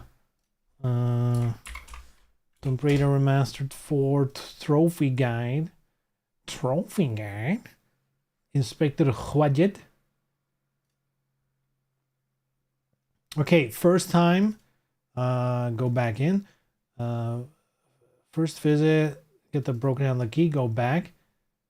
Return to him after placing all 4. Oh, okay. Actually, no. Hold on. We're right on time. Return to him after placing all 4 tridents on the Poseidon statues. We've done. And capturing the 3 wraiths. It's best that you follow the guidance in 3 stones with 1 bird. Since the order in which you place them is important. Fuck!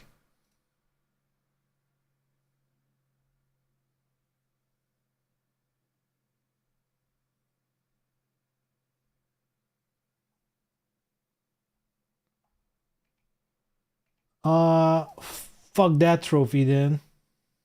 ultra rare, but bronze, that's odd. I think bronze is just the level of the trophy, like the grade they assigned it. And the rarity is just depending on how many players have it. Right? If more players get this, it becomes less rare. I just think a lot of people don't go back to talk to him.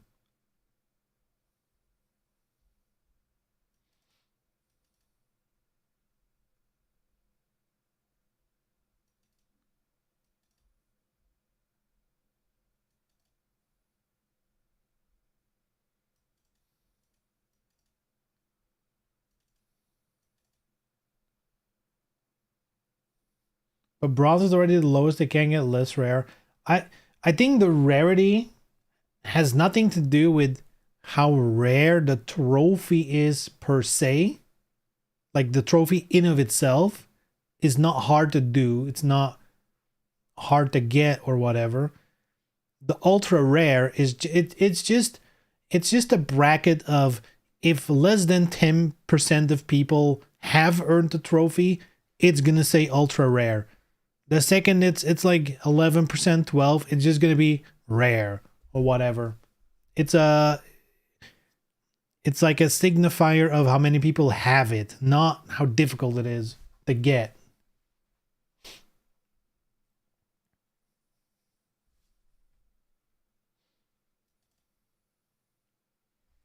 Then what's tree with the power of a single statue? Oh no. Oh, I know what they mean. Yeah, because we already killed one ghost. So I guess you need to unleash 3 wraiths and only capture them here, I guess. Because now we have 2 ghosts, I guess. That's annoying. That requires setup. I'm not gonna go back to do that. Is there anything else here? Any secrets? Oh, wrong gun. Nice dodge. Oh! There they are. Eat him. Get him. Get him!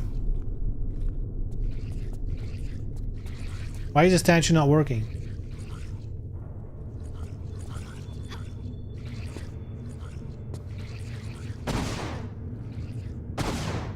There it is.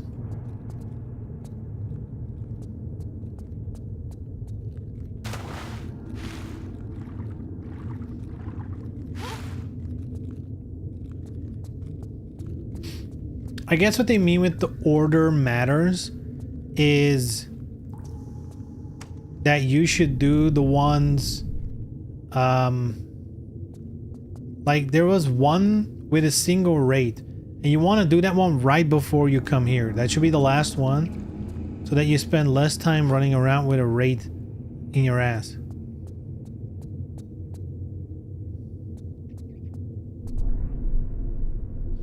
Look like one of those electric fly bats in action.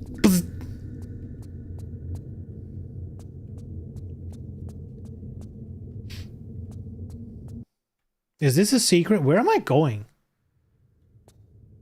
Wait, what the hell-y? Let's go back. Hold on. I thought like, ooh, found a secret. No, what is this?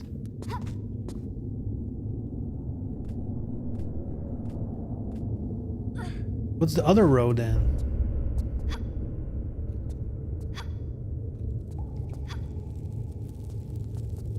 Save.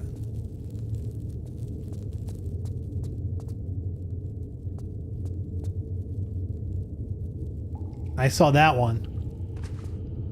This has got to be a secret. What the fuck is going on? What is this Dark Souls ass?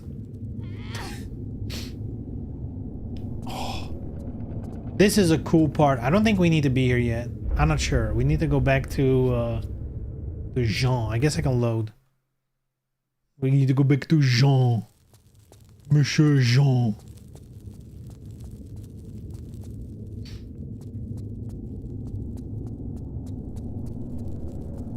Oh, okay, so this is just the entrance. Oh, I see, and this is the way back outside. Like a shortcut outside. Yeah, yeah, yeah.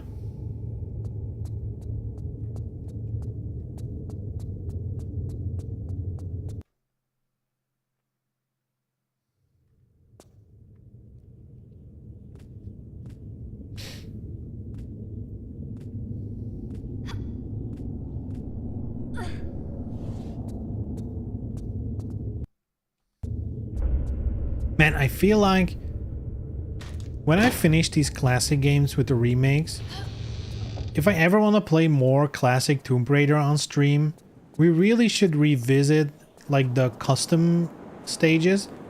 Because after all these years, there must have been like some really good ones, other than the Resident Evil one. That one was kind of broken. I mean, I had a game-breaking bug in it, so that was cool.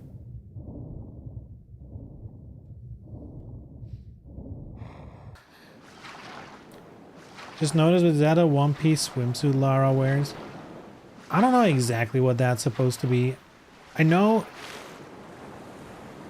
technically, like, if you look back to the art and the renders of even the original game, you know, I think they always had this little bit of hip showing. Because, like, this is just a, what's it called? Like a body, you know? It just like, it's not necessarily a swimsuit. I guess the material, I don't know what material this is supposed to be. Because in the renders, it almost looks like leather or like latex. Which it definitely probably isn't. That would be really weird. But I don't either think it's like swimsuit material. It's probably like some kind of, I don't know, spandex, whatever, something like that. But I think in the earlier games, they kind of hid it away because I guess it's easier to model. Yeah, like in these games, they did start showing it, but earlier on, they didn't really. But it was always there, I guess, in like the rendered art and stuff like that.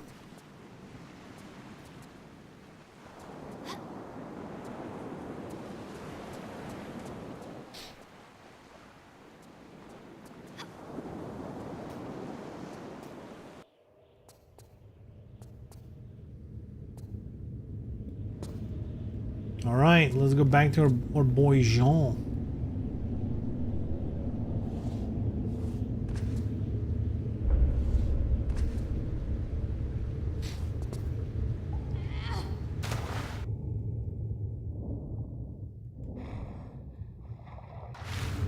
You'd be surprised how popular these kind of things are in real life, though.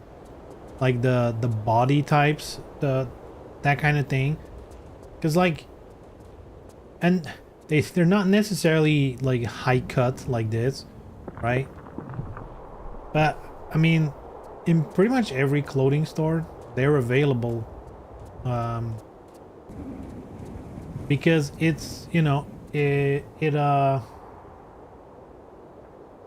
doesn't crawl up. Like if you bend over or if you crouch for whatever reason, they're gonna stay in place. They're not gonna, you know, you're not gonna expose half your back.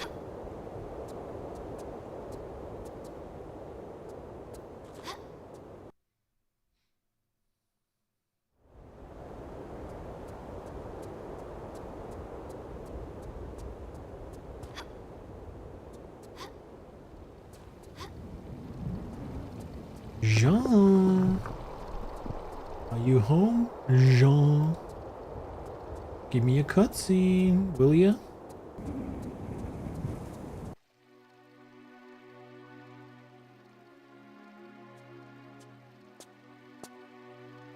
Greetings, Lara. Remember, somewhere in the library will be the means to guide you to the location of Cleopatra's palaces. Von Croy will not know you have found the library yet, but I have heard, through connections, that he has hired new local help and is doubtless searching for another way in. For the moment, we have the advantage. But I fear you must move quickly if we are to stay ahead. Remember, the Great Library was very much like a university to ancient Alexandria. It will be full of knowledge, puzzles, and invention. You will need quick wits to get through. Good luck, my friend. His old face looks like if you smush it together. It's like being squeezed together. Oh my god.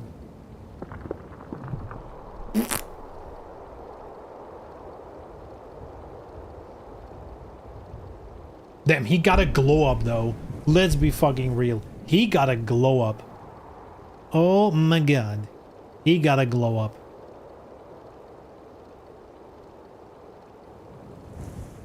Yeah, way more personality, that's true. This is giving like grumpy old professor. This is giving, I don't know, middle-aged, not yet grumpy professor, but it's on the way. He's getting there. Life is beating him down. He'll get there. Dude, what is... How can I not save now? I guess I did Temple of Poseidon. So... I could save... I guess I should save right before the Lost Library. Which I guess is where we were, right?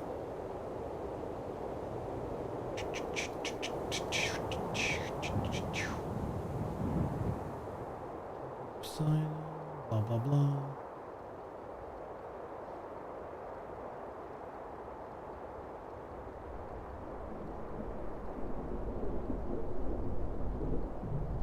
Okay, when do we need to go back for the last time?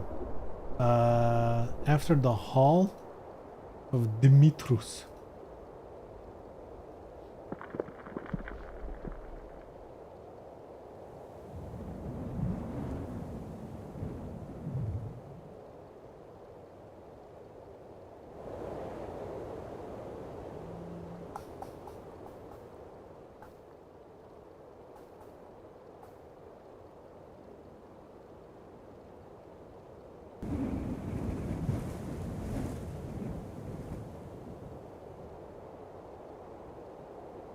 Okay, couple missable trophies as well, picking some stuff up. But, yeah, in the Hall of Demetrius, blah, blah, blah, new paths, you can...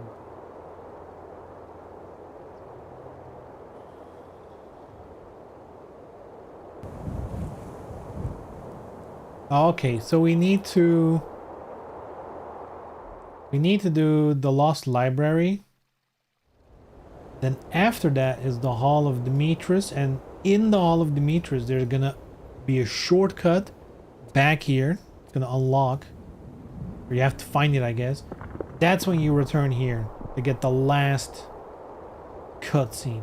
We're definitely not doing that today. That's way too... Like the Lost Library, we're not finishing. That's a big area. A lot happening there. A cool area though. Do the curtains have physics? I'm gonna assume no. Wow. They have the physics if they're ghost curtains. So, you know, in a way, unless they confirm these are not ghost curtains, the physics are actually perfect.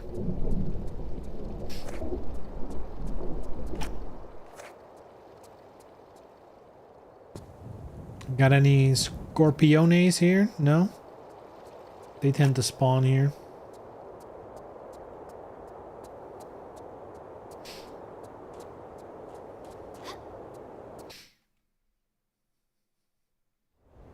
Time to go back. Meow.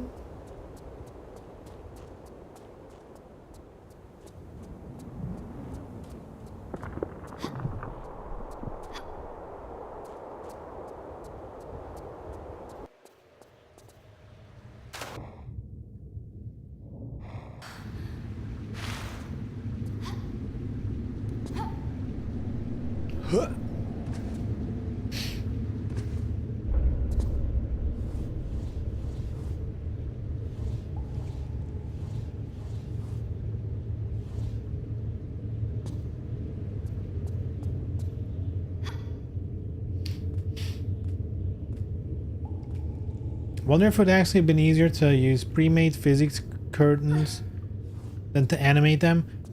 Well, in those days, that would have been way too hard for a measly PlayStation 1 and stuff to handle that. Because you have to keep in mind, these remasters, they're kind of like built on top of the old games. That's why you can do the switch to the old games.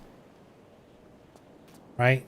It's like a layer on top of the old game. So if they, I mean, they can add stuff, but I guess they could have done that, but like why? That would be like a detail, you know. I'm already glad they animated the ponytail. I guess it's already animated in this game. Originally. But even more so now. More animation. Yo, can we get up there? Huh? Wait. Hold up. Huh? Why are you not grabbing, Laura?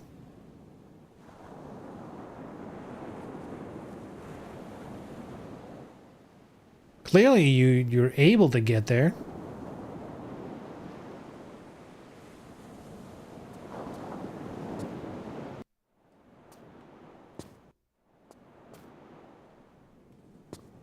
That's bizarre.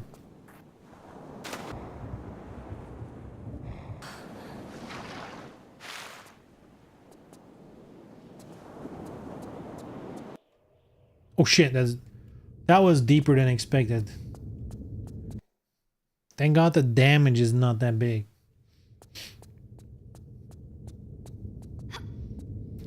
You know what? I think like the first time you play this game, like if you take your time, right? If you're not in a rush to beat this game or anything, it's probably fun to like search around what like the next, because there's like a bunch of temples and stuff here. I guess, you know, like the catacombs, the Poseidon thing. You can definitely go to places before you can actually complete them. It's probably really fun the first time around. That being said, I think once you know like the order of things to do, this game becomes so much smoother. And I think it's probably one of the best ones. I've gone back and forward on this. If I think of all the classic games, if I would put them in a tier list, I know the first game's #1. That's never gonna change. It's a phenomenal game. But I've been moving the others around a bit, and Tomb Raider 4 has kept climbing. And I think at this point, I would firmly put it at #2. I'm pretty convinced this is the #2 game.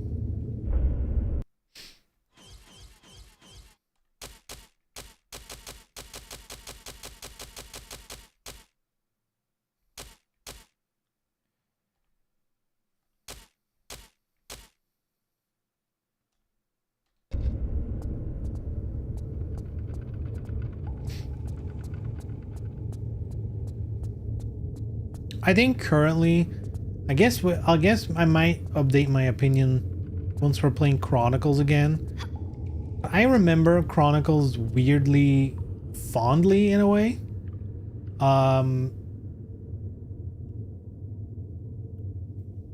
think my #1 is Tomb Raider 1, then Tomb Raider 4.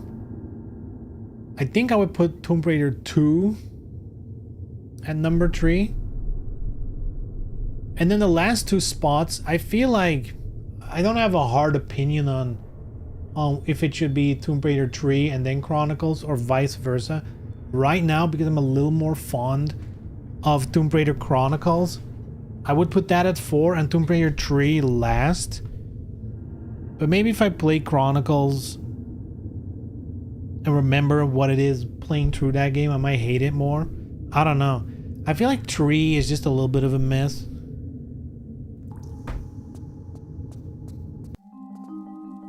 3 has like portions that are pretty big that I just really don't enjoy. Like the whole London thing, I feel like it's just not that good. Like the subway and stuff.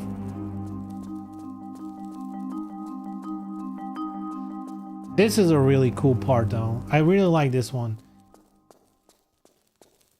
Shadow is peak Tomb Hater. That single-handedly killed the franchise. Shadow? Well, you mean the latest one?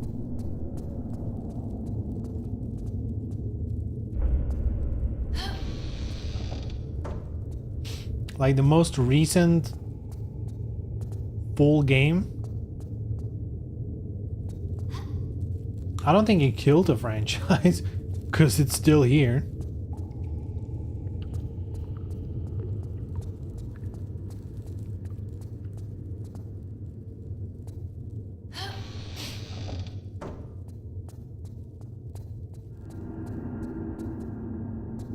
I also really enjoyed it. I think Shadow is a good game. Of that trilogy, I probably would put the Rise of the Tomb Raider at number 1. I think it just... I think quality-wise, I feel like it's about the same as Shadows.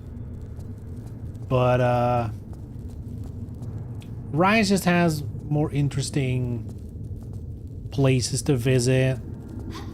I think the production values are a little higher in that one. I think Rise is just like, just a little bit better. But Shadows is really great too. I think the one thing I dislike about Shadows, like it's too much jungle environment. It's just too much. Not enough variety. Other than that, I think the first game of the Survivor trilogy is by far the weakest. It's not even close. Rise and Shadows are so much better. Yo, who are you?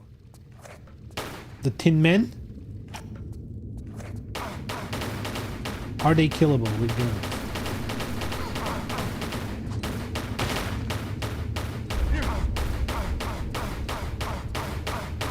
He's saying ow ow ow, but I don't know if it's working.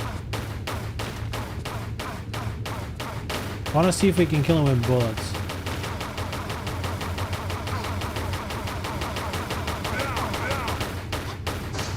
You can't, it just takes a minute.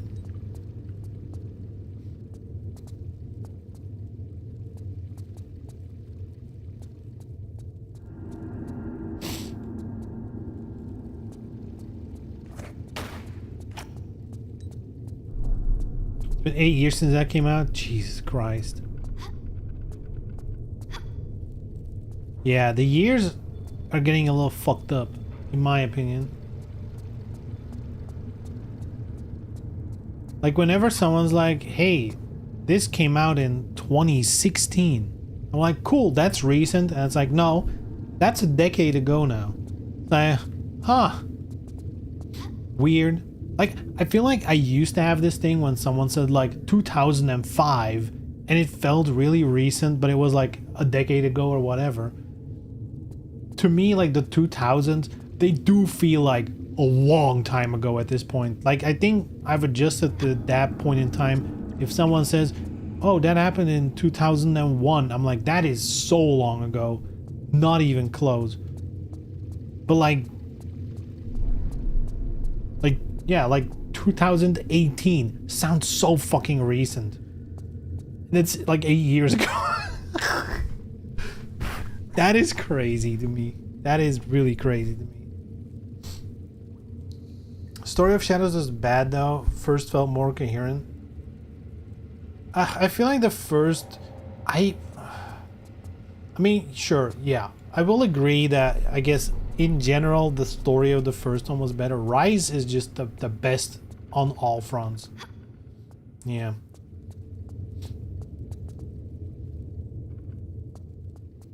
I think the problem with Shadow's story, I wouldn't necessarily say the story itself is like super bad, but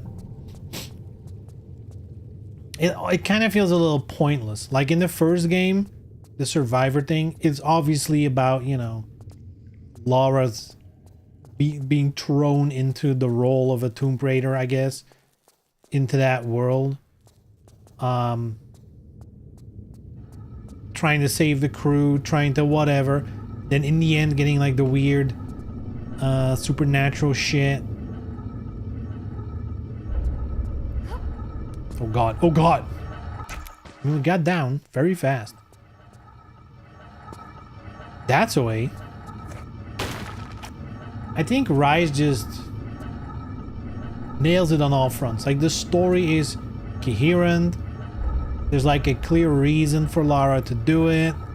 The bad guys make sense. The game itself is just a couple different locales, you know, some different areas. It's just a really good game.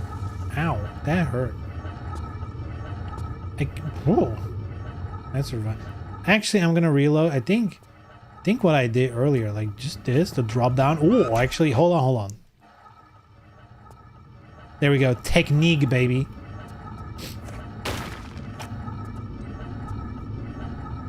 Rise and awesome set pieces. Baba Yaga was yeah, dude. Baba Yaga was sick. That was DLC, I believe, but still really sick.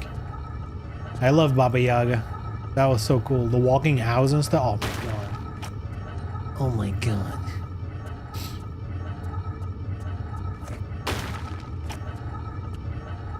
And I will harp on this as long as I'm allowed to.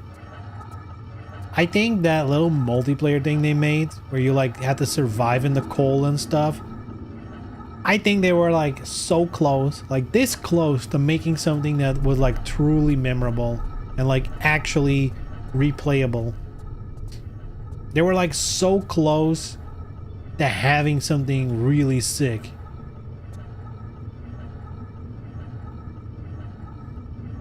Because I liked it for what it was. I think a lot of people ignored it because it was DLC and it was like a little more multiplayer inspired, I guess.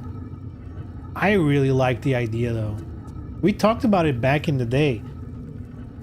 Especially with how games, how the multiplayer scene looks now. If they would have made that like The Hunt, you know?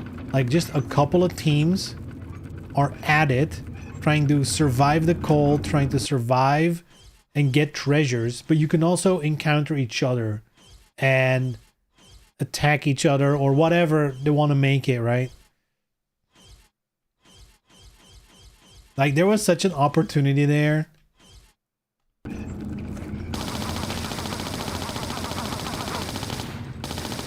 I guess because it's DLC, they just didn't have the resources, whether that's time or money, to really flesh it out. And also I think maybe now it would have been better received.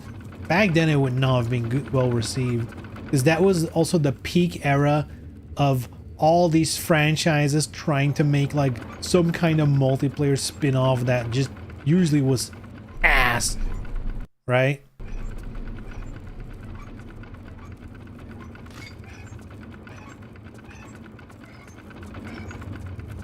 Now, I think it will work. I think, firstly, because Tomb Raider has been away for so long, having like a cool side project, if like they market it correctly, at least, it could have worked, I guess. But it would have to be really cool. Like, it couldn't be half-baked. It would need to be like a slam dunk production. Let's be real though, Square Enix never reached peak. Yeah. I mean, I guess they're away from Square Enix now, so...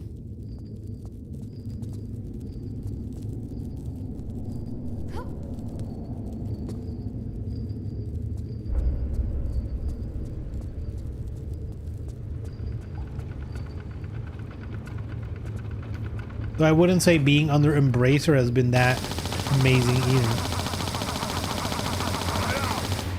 Though, I mean, if we're honest, if we look at the slate, like, since Tomb Raider was being put under Embracer, since then, because, like, remember, that happened right after the whole Marvel Avengers thing that they did, right? It's easy to forget that came and went, but,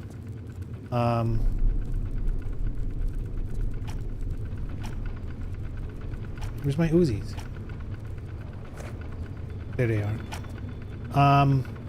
Yeah, they were sold to Embracer for like not a lot of money, and then they were kind of put on the next iteration of Tomb Raider. They did like the whole we're working with Unreal 5, like that nonsense. But since then, we haven't really heard anything from them up until now recently, when it turns out new game and the remake and whatnot, and we had these remasters. Thinking back on it, like the, what, 5 years-ish? 4 years they've been under Embracer. Clearly they've been cooking behind the scenes. Like, I think for Crystal Dynamics, it's probably turned out really well.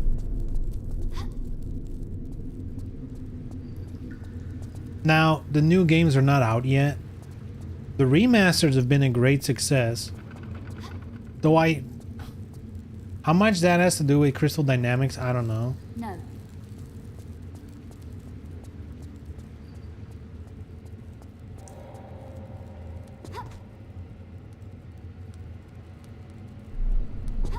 Nostalgia always sells. I mean, the new ones look sick as well.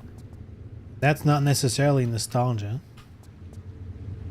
I'm honestly just glad, you know, because like I've been, you know, like online on social media, I have been following a lot of like people in the Tomb Raider community or like fan sites, all that kind of stuff. And for the longest time now, there's been like this divide, you know. Some people loved the Survivor thing, some people didn't love them, you know. Some like both, like me. Others were like, there were even people who were like, I only like the Survivor thing. Anything else I could not care about. The old stuff couldn't be me. And I feel like with this new stuff they've revealed, seemingly the entire community is very like approving of it.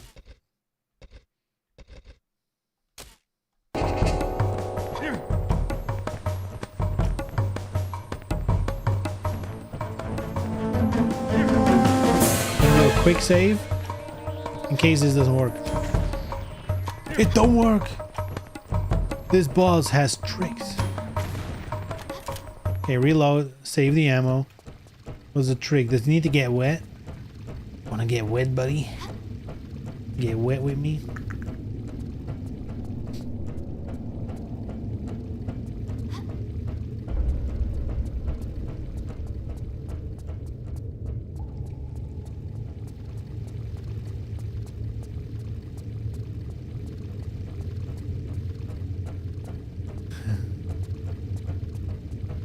Whoa, whoa, whoa. What's this again? This is like one of those... I think you need to shoot it. But you need the gun to aim.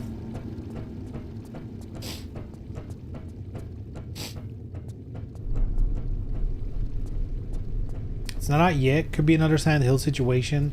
I was very optimistic until the game came out. Wait, people hate the new one? I've seen nothing but positives about the new one. What?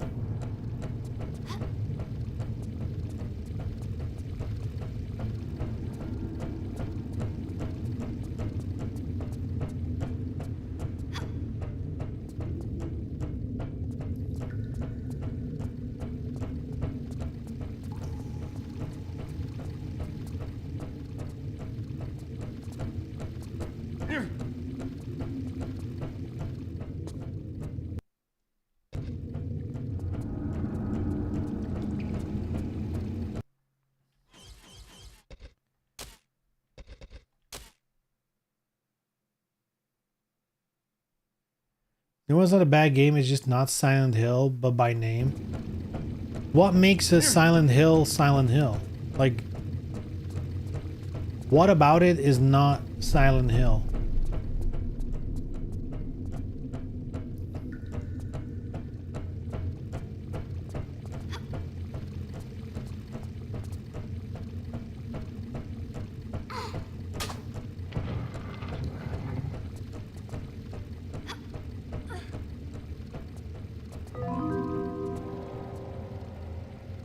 Secret? I mean, I'll take it. I'll take it.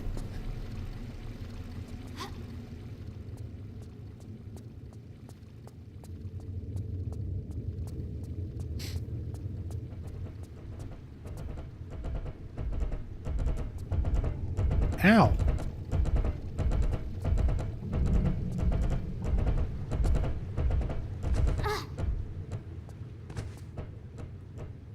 Bye, bitch.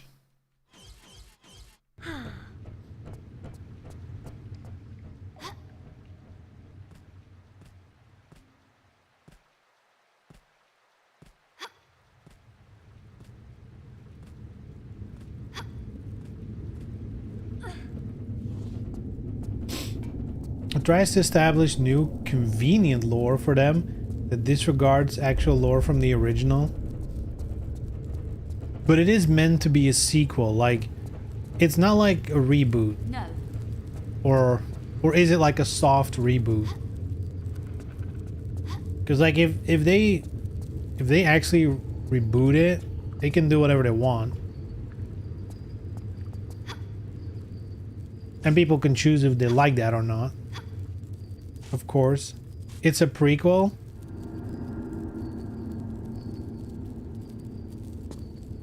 And it actually fucks over the lore. Like, how do I put this? Because, like, I feel like if you're talking about lore, there are two ways. Because people love saying it ruins the lore, but, like, are there actually things that don't make sense or are incorrect? Or did they change something that, like, makes, you know, like is correct? But it's like, how do I explain this? Like, did they actually make a mistake in the lore?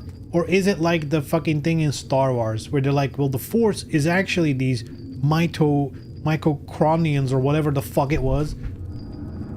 Like, yeah, that's correct lore that makes sense. It just really sucks. It's just a really bad explanation, but it's technically correct.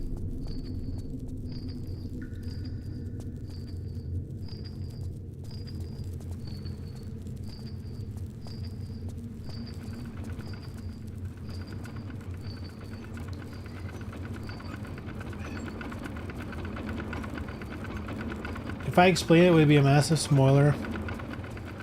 Alright, then don't. But can you not say which category it is? Like, is it, you know, like, do they actually get things wrong? Or do they add new context so that it does make sense? It just sucks the way they explain it? Like, which of the two would it be then?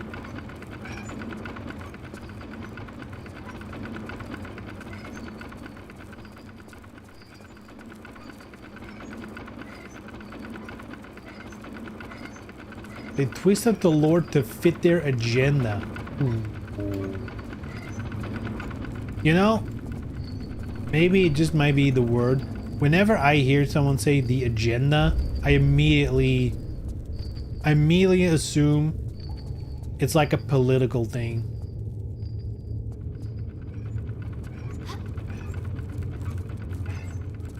Not political? Okay. Usually when people say the agenda, they're talking about like it's woke or like some nonsense like that.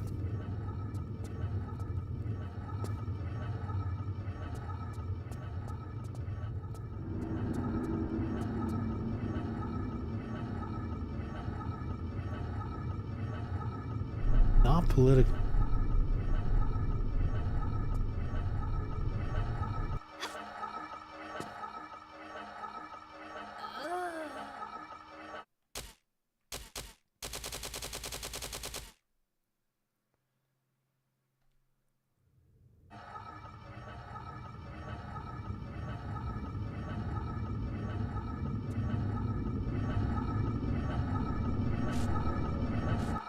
Tim, how do you...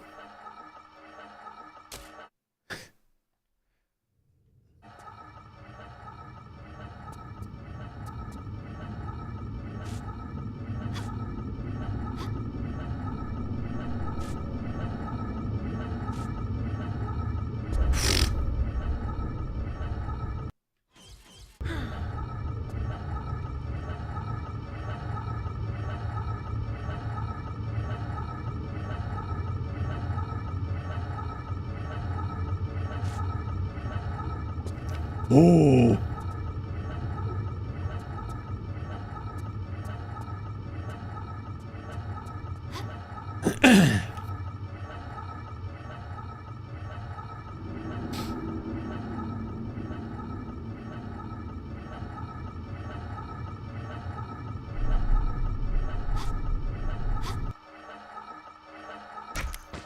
I feel like this might be a crazy take. Oh, crazy take incoming. I feel like any, let's call it work of art, whether you agree that games are art or not. But yeah, let's call it work of art. I think that's broad enough to explain it. I think any work of art needs a message to be worth it, I guess.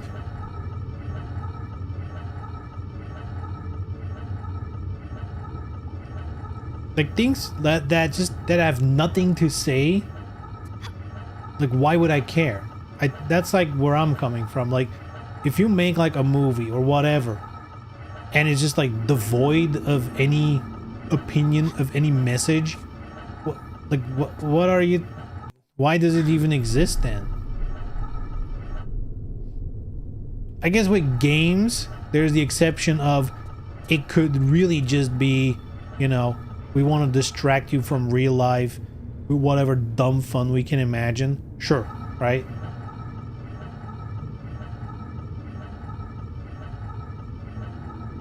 But to me, anything that's worth anything, that's worth investing time or emotion into, needs to have some sort of message. I'm not even saying it needs to be inherently like political or anything like that.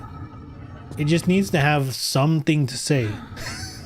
Like, I feel like that's the minimum. Just have something to say, really. At least say, like, stealing is bad. Or, like, doesn't even matter how... Just anything, really.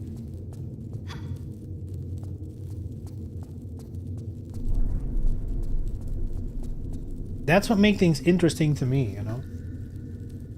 If it has a message, it probably also has characters that have some sort of flaws, or some sort of challenge, or some sort of whatever. That's what makes things interesting.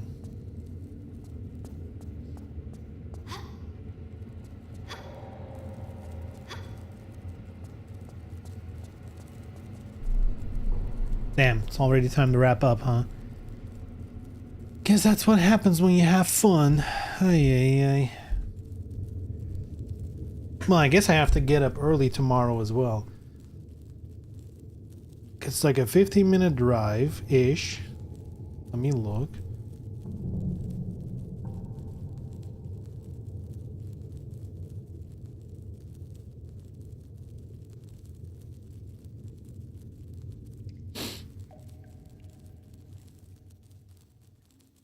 Yeah, 15-minute drive. We need to be there at 9:30, so I need to... I want to be a little early. Let's say I need to leave at 9. 7 hours of sleep, at least, I want to get. Should I need to go to sleep at like 1?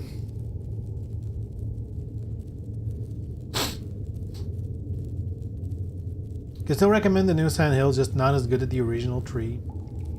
I mean, that would be hard. See, that's the problem with anything that's like legendary status. Like, it's legendary for a reason, so beating that already is tough. But then on top of that, because the legendary thing has been around, even if you make something that is as good, like if you were to be able to like objectively put a score on it and you make a new thing that is as good as the old legendary stuff, then the old stuff is still gonna feel much better because of nostalgia, because it was the first one that did it. So yeah, it's, you know. And let's be honest, if you're like, I can still recommend the new game, that's already good, because Silent Hill had a rough patch. to say the least. It's had a rough patch with some of the like in-between games there. Oh boy.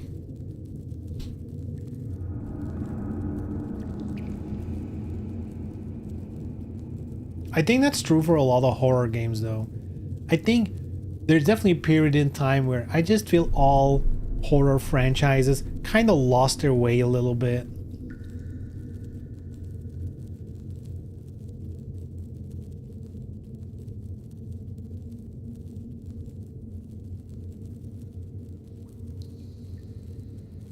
The new game was made by Japanese devs. After so long, the expectations were high. Yeah, I suppose. And I think they marketed also really well. Because when I saw the stuff about it, it was like, this looks really cool. I think there's just too much other shit that I want to play. I probably am never going to get to it. I want to, but I'll probably never get to it realistically.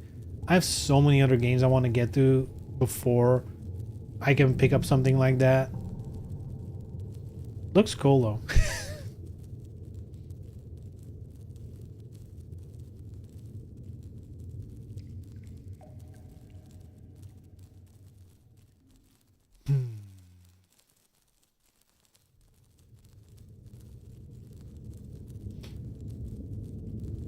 Man, maybe this is gonna sound like something from a really privileged position, as in, you know, I wouldn't call myself rich, but I can afford video games. Let's put it that way, right? I can afford video games. I can afford some fun stuff, you know, in my life. With that context, I feel games need to be shorter again. When I think of all old games, and this is a fucking long game, by the way, this is like more of an exception, but if I think like back to PS1, PS2, there were so many games that you could just finish in like 10, 12 hours. And I feel like that's such a sweet spot.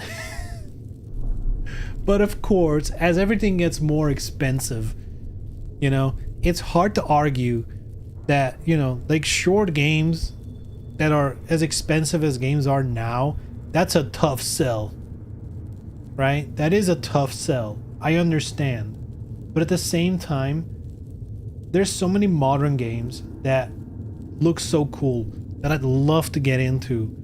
And then it's like 50 hours. Or one of the newer trends is like, well, you finish the game in like 20 hours. But actually, you need to replay the game because things change. You need to actually replay the game 5 times to get the true ending.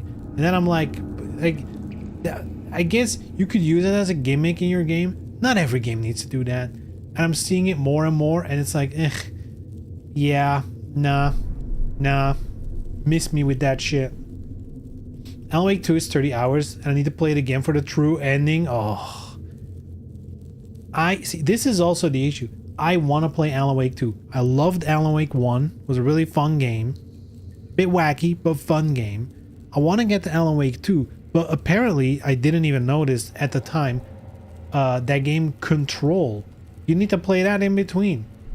It's not mandatory, I guess, but in Control, there is some stuff about Alan Wake and things that happen in Alan Wake 2 and stuff.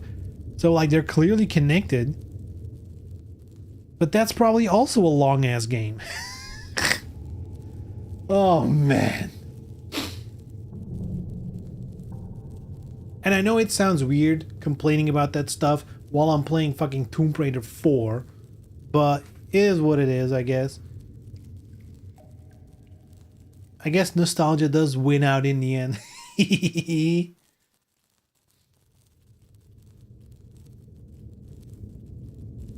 the organization and characters, but you really don't need to play it first. The thing is, I own Control, like I have the game, and I don't own Alan Wake 2. I got close to it this holiday period. I saw it like in a store, the physical edition of Alan Wake 2 for like 35 euros, and I was like, should I, shouldn't I? And then I opted to not, because I knew I already had plenty of other games that I'm like in the middle of that I want to finish first, and I already have like a couple of games I want to get to after the current games I'm playing. Plus I knew Neo 3 was coming out soon, Resident Evil is coming out soon. I was like, even if it's only 35, that's 35 gone and is gonna be on the shelf waiting, you know. I don't know.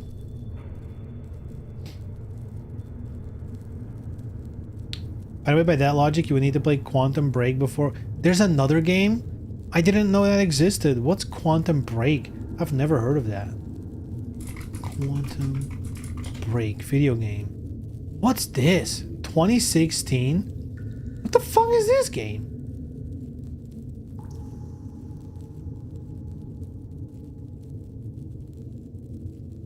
Oh, it was an Xbox exclusive. Wait, they make an Xbox exclusive, but you need to know the lore? That sucks. The game was originally envisioned as a sequel to Alan Wake. Huh?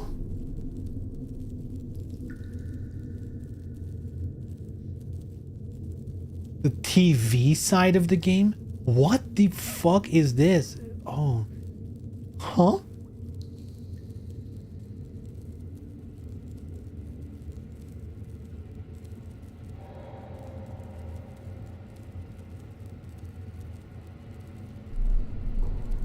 Time travel.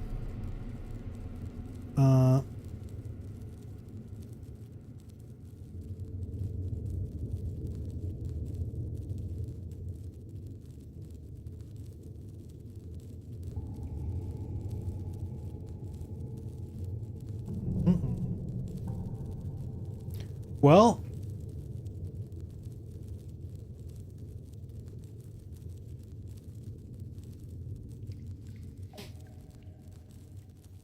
it's still an exclusive, by the way, so I mean, it's on Windows, so you know, you can still play it. It kind of looks ass. Like, Control looks like a good game, and reviews and whatever have said this is a good game, like at least gameplay wise, you know. And Alan Wake 2 seems to be like a good game as well. The Quantum Break thing kind of looks ass. Control 2 is apparently in the works. Yeah, but that was gonna be something else again. Like, it's, I don't think it looked, didn't they show it off already? It's not like a straight up you play with the same character again, I think.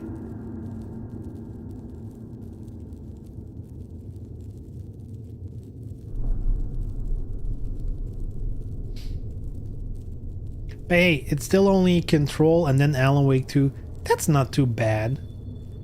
That's not too bad. Honestly, I didn't enjoy the survivor elements of Alan Wake 2. Should have stuck to action horror. They changed it too much, huh? That kind of reminds me of Evil Within. Like, they changed too much between the two games. It's still like a coin flip of like which is better.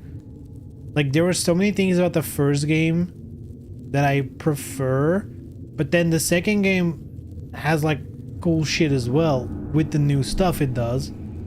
I feel like the first game just hit better. I don't even know how to explain it. I feel like the first Evil Within just felt better. Felt like a better experience overall. But it was so redundant. Yeah, that was unnecessary. That was very unnecessary. Ugh. It had like cool set pieces. Like a cool, if you got to a place and that, you know, if you got to a building and like, that was stuff. That was cool, but like,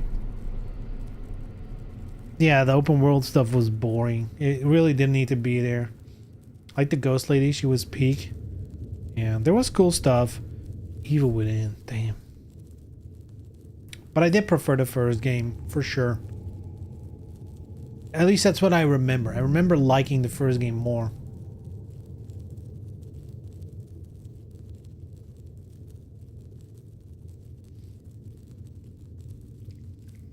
I think survival horror, I think it's almost easy to forget. That's a difficult thing to pull off, you know? Like thinking about it, really, pulling off survival horror properly, like, you know, giving the player that resistance of like, you know, you're probably not gonna have enough ammo to shoot around anything. So like giving you that feeling of like you need to watch out that you're not like over aggressive, but also don't make it impossible. Like give you enough, like give you the feeling you can fight back, but you have to watch out and don't go overboard.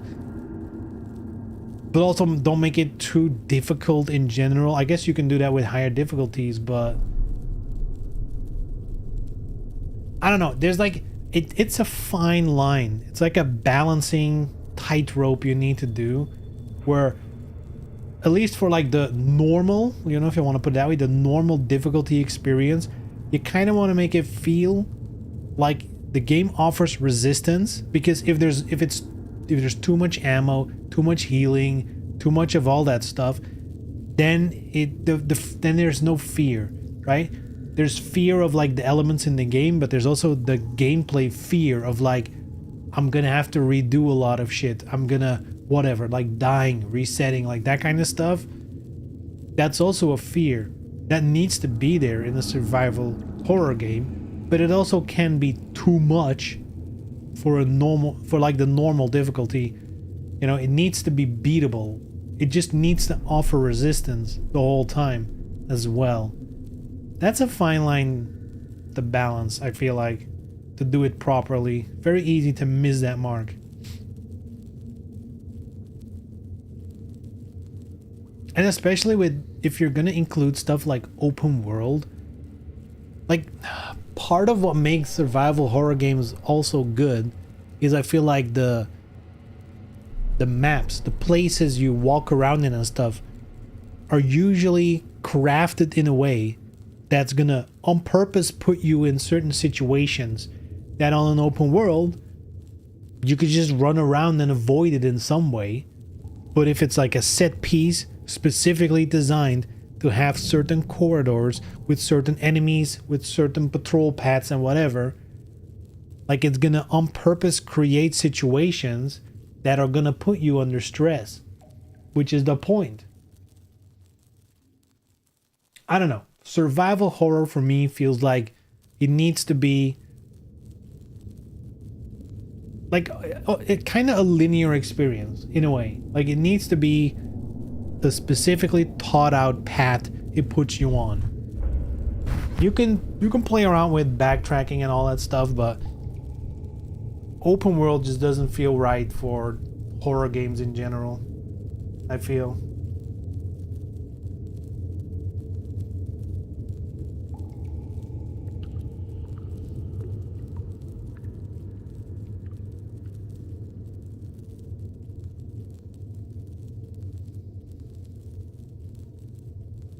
Silent Hill 2 Remake did a good job with the maps, kind of large but not too open. Yeah, I've heard good and bad things about that game, which probably means it's a good game, because, you know, remaking a game like that, you're gonna get shit on. Even if you make the best remake ever, you can't win against the original. It's just that simple. You cannot win against the original. Anyway, I'm out of here. It's getting late, and I guess I need to go to sleep in like an hour and a half. I still need to shower. So, yeah. Not too much time left in the day then, I guess.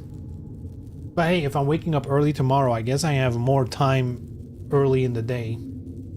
And hopefully I pick up some cool shit. Maybe it's for nothing, who knows?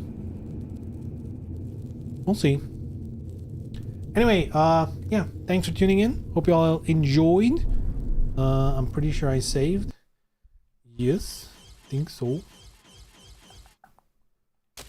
Lost library, quick save.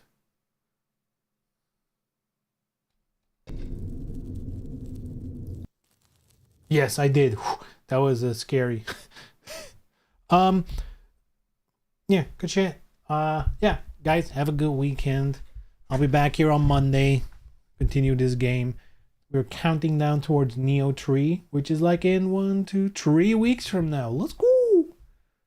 Let's go. 3 weeks. We're getting closer. All right, have a good weekend. See you all on Monday. Bye.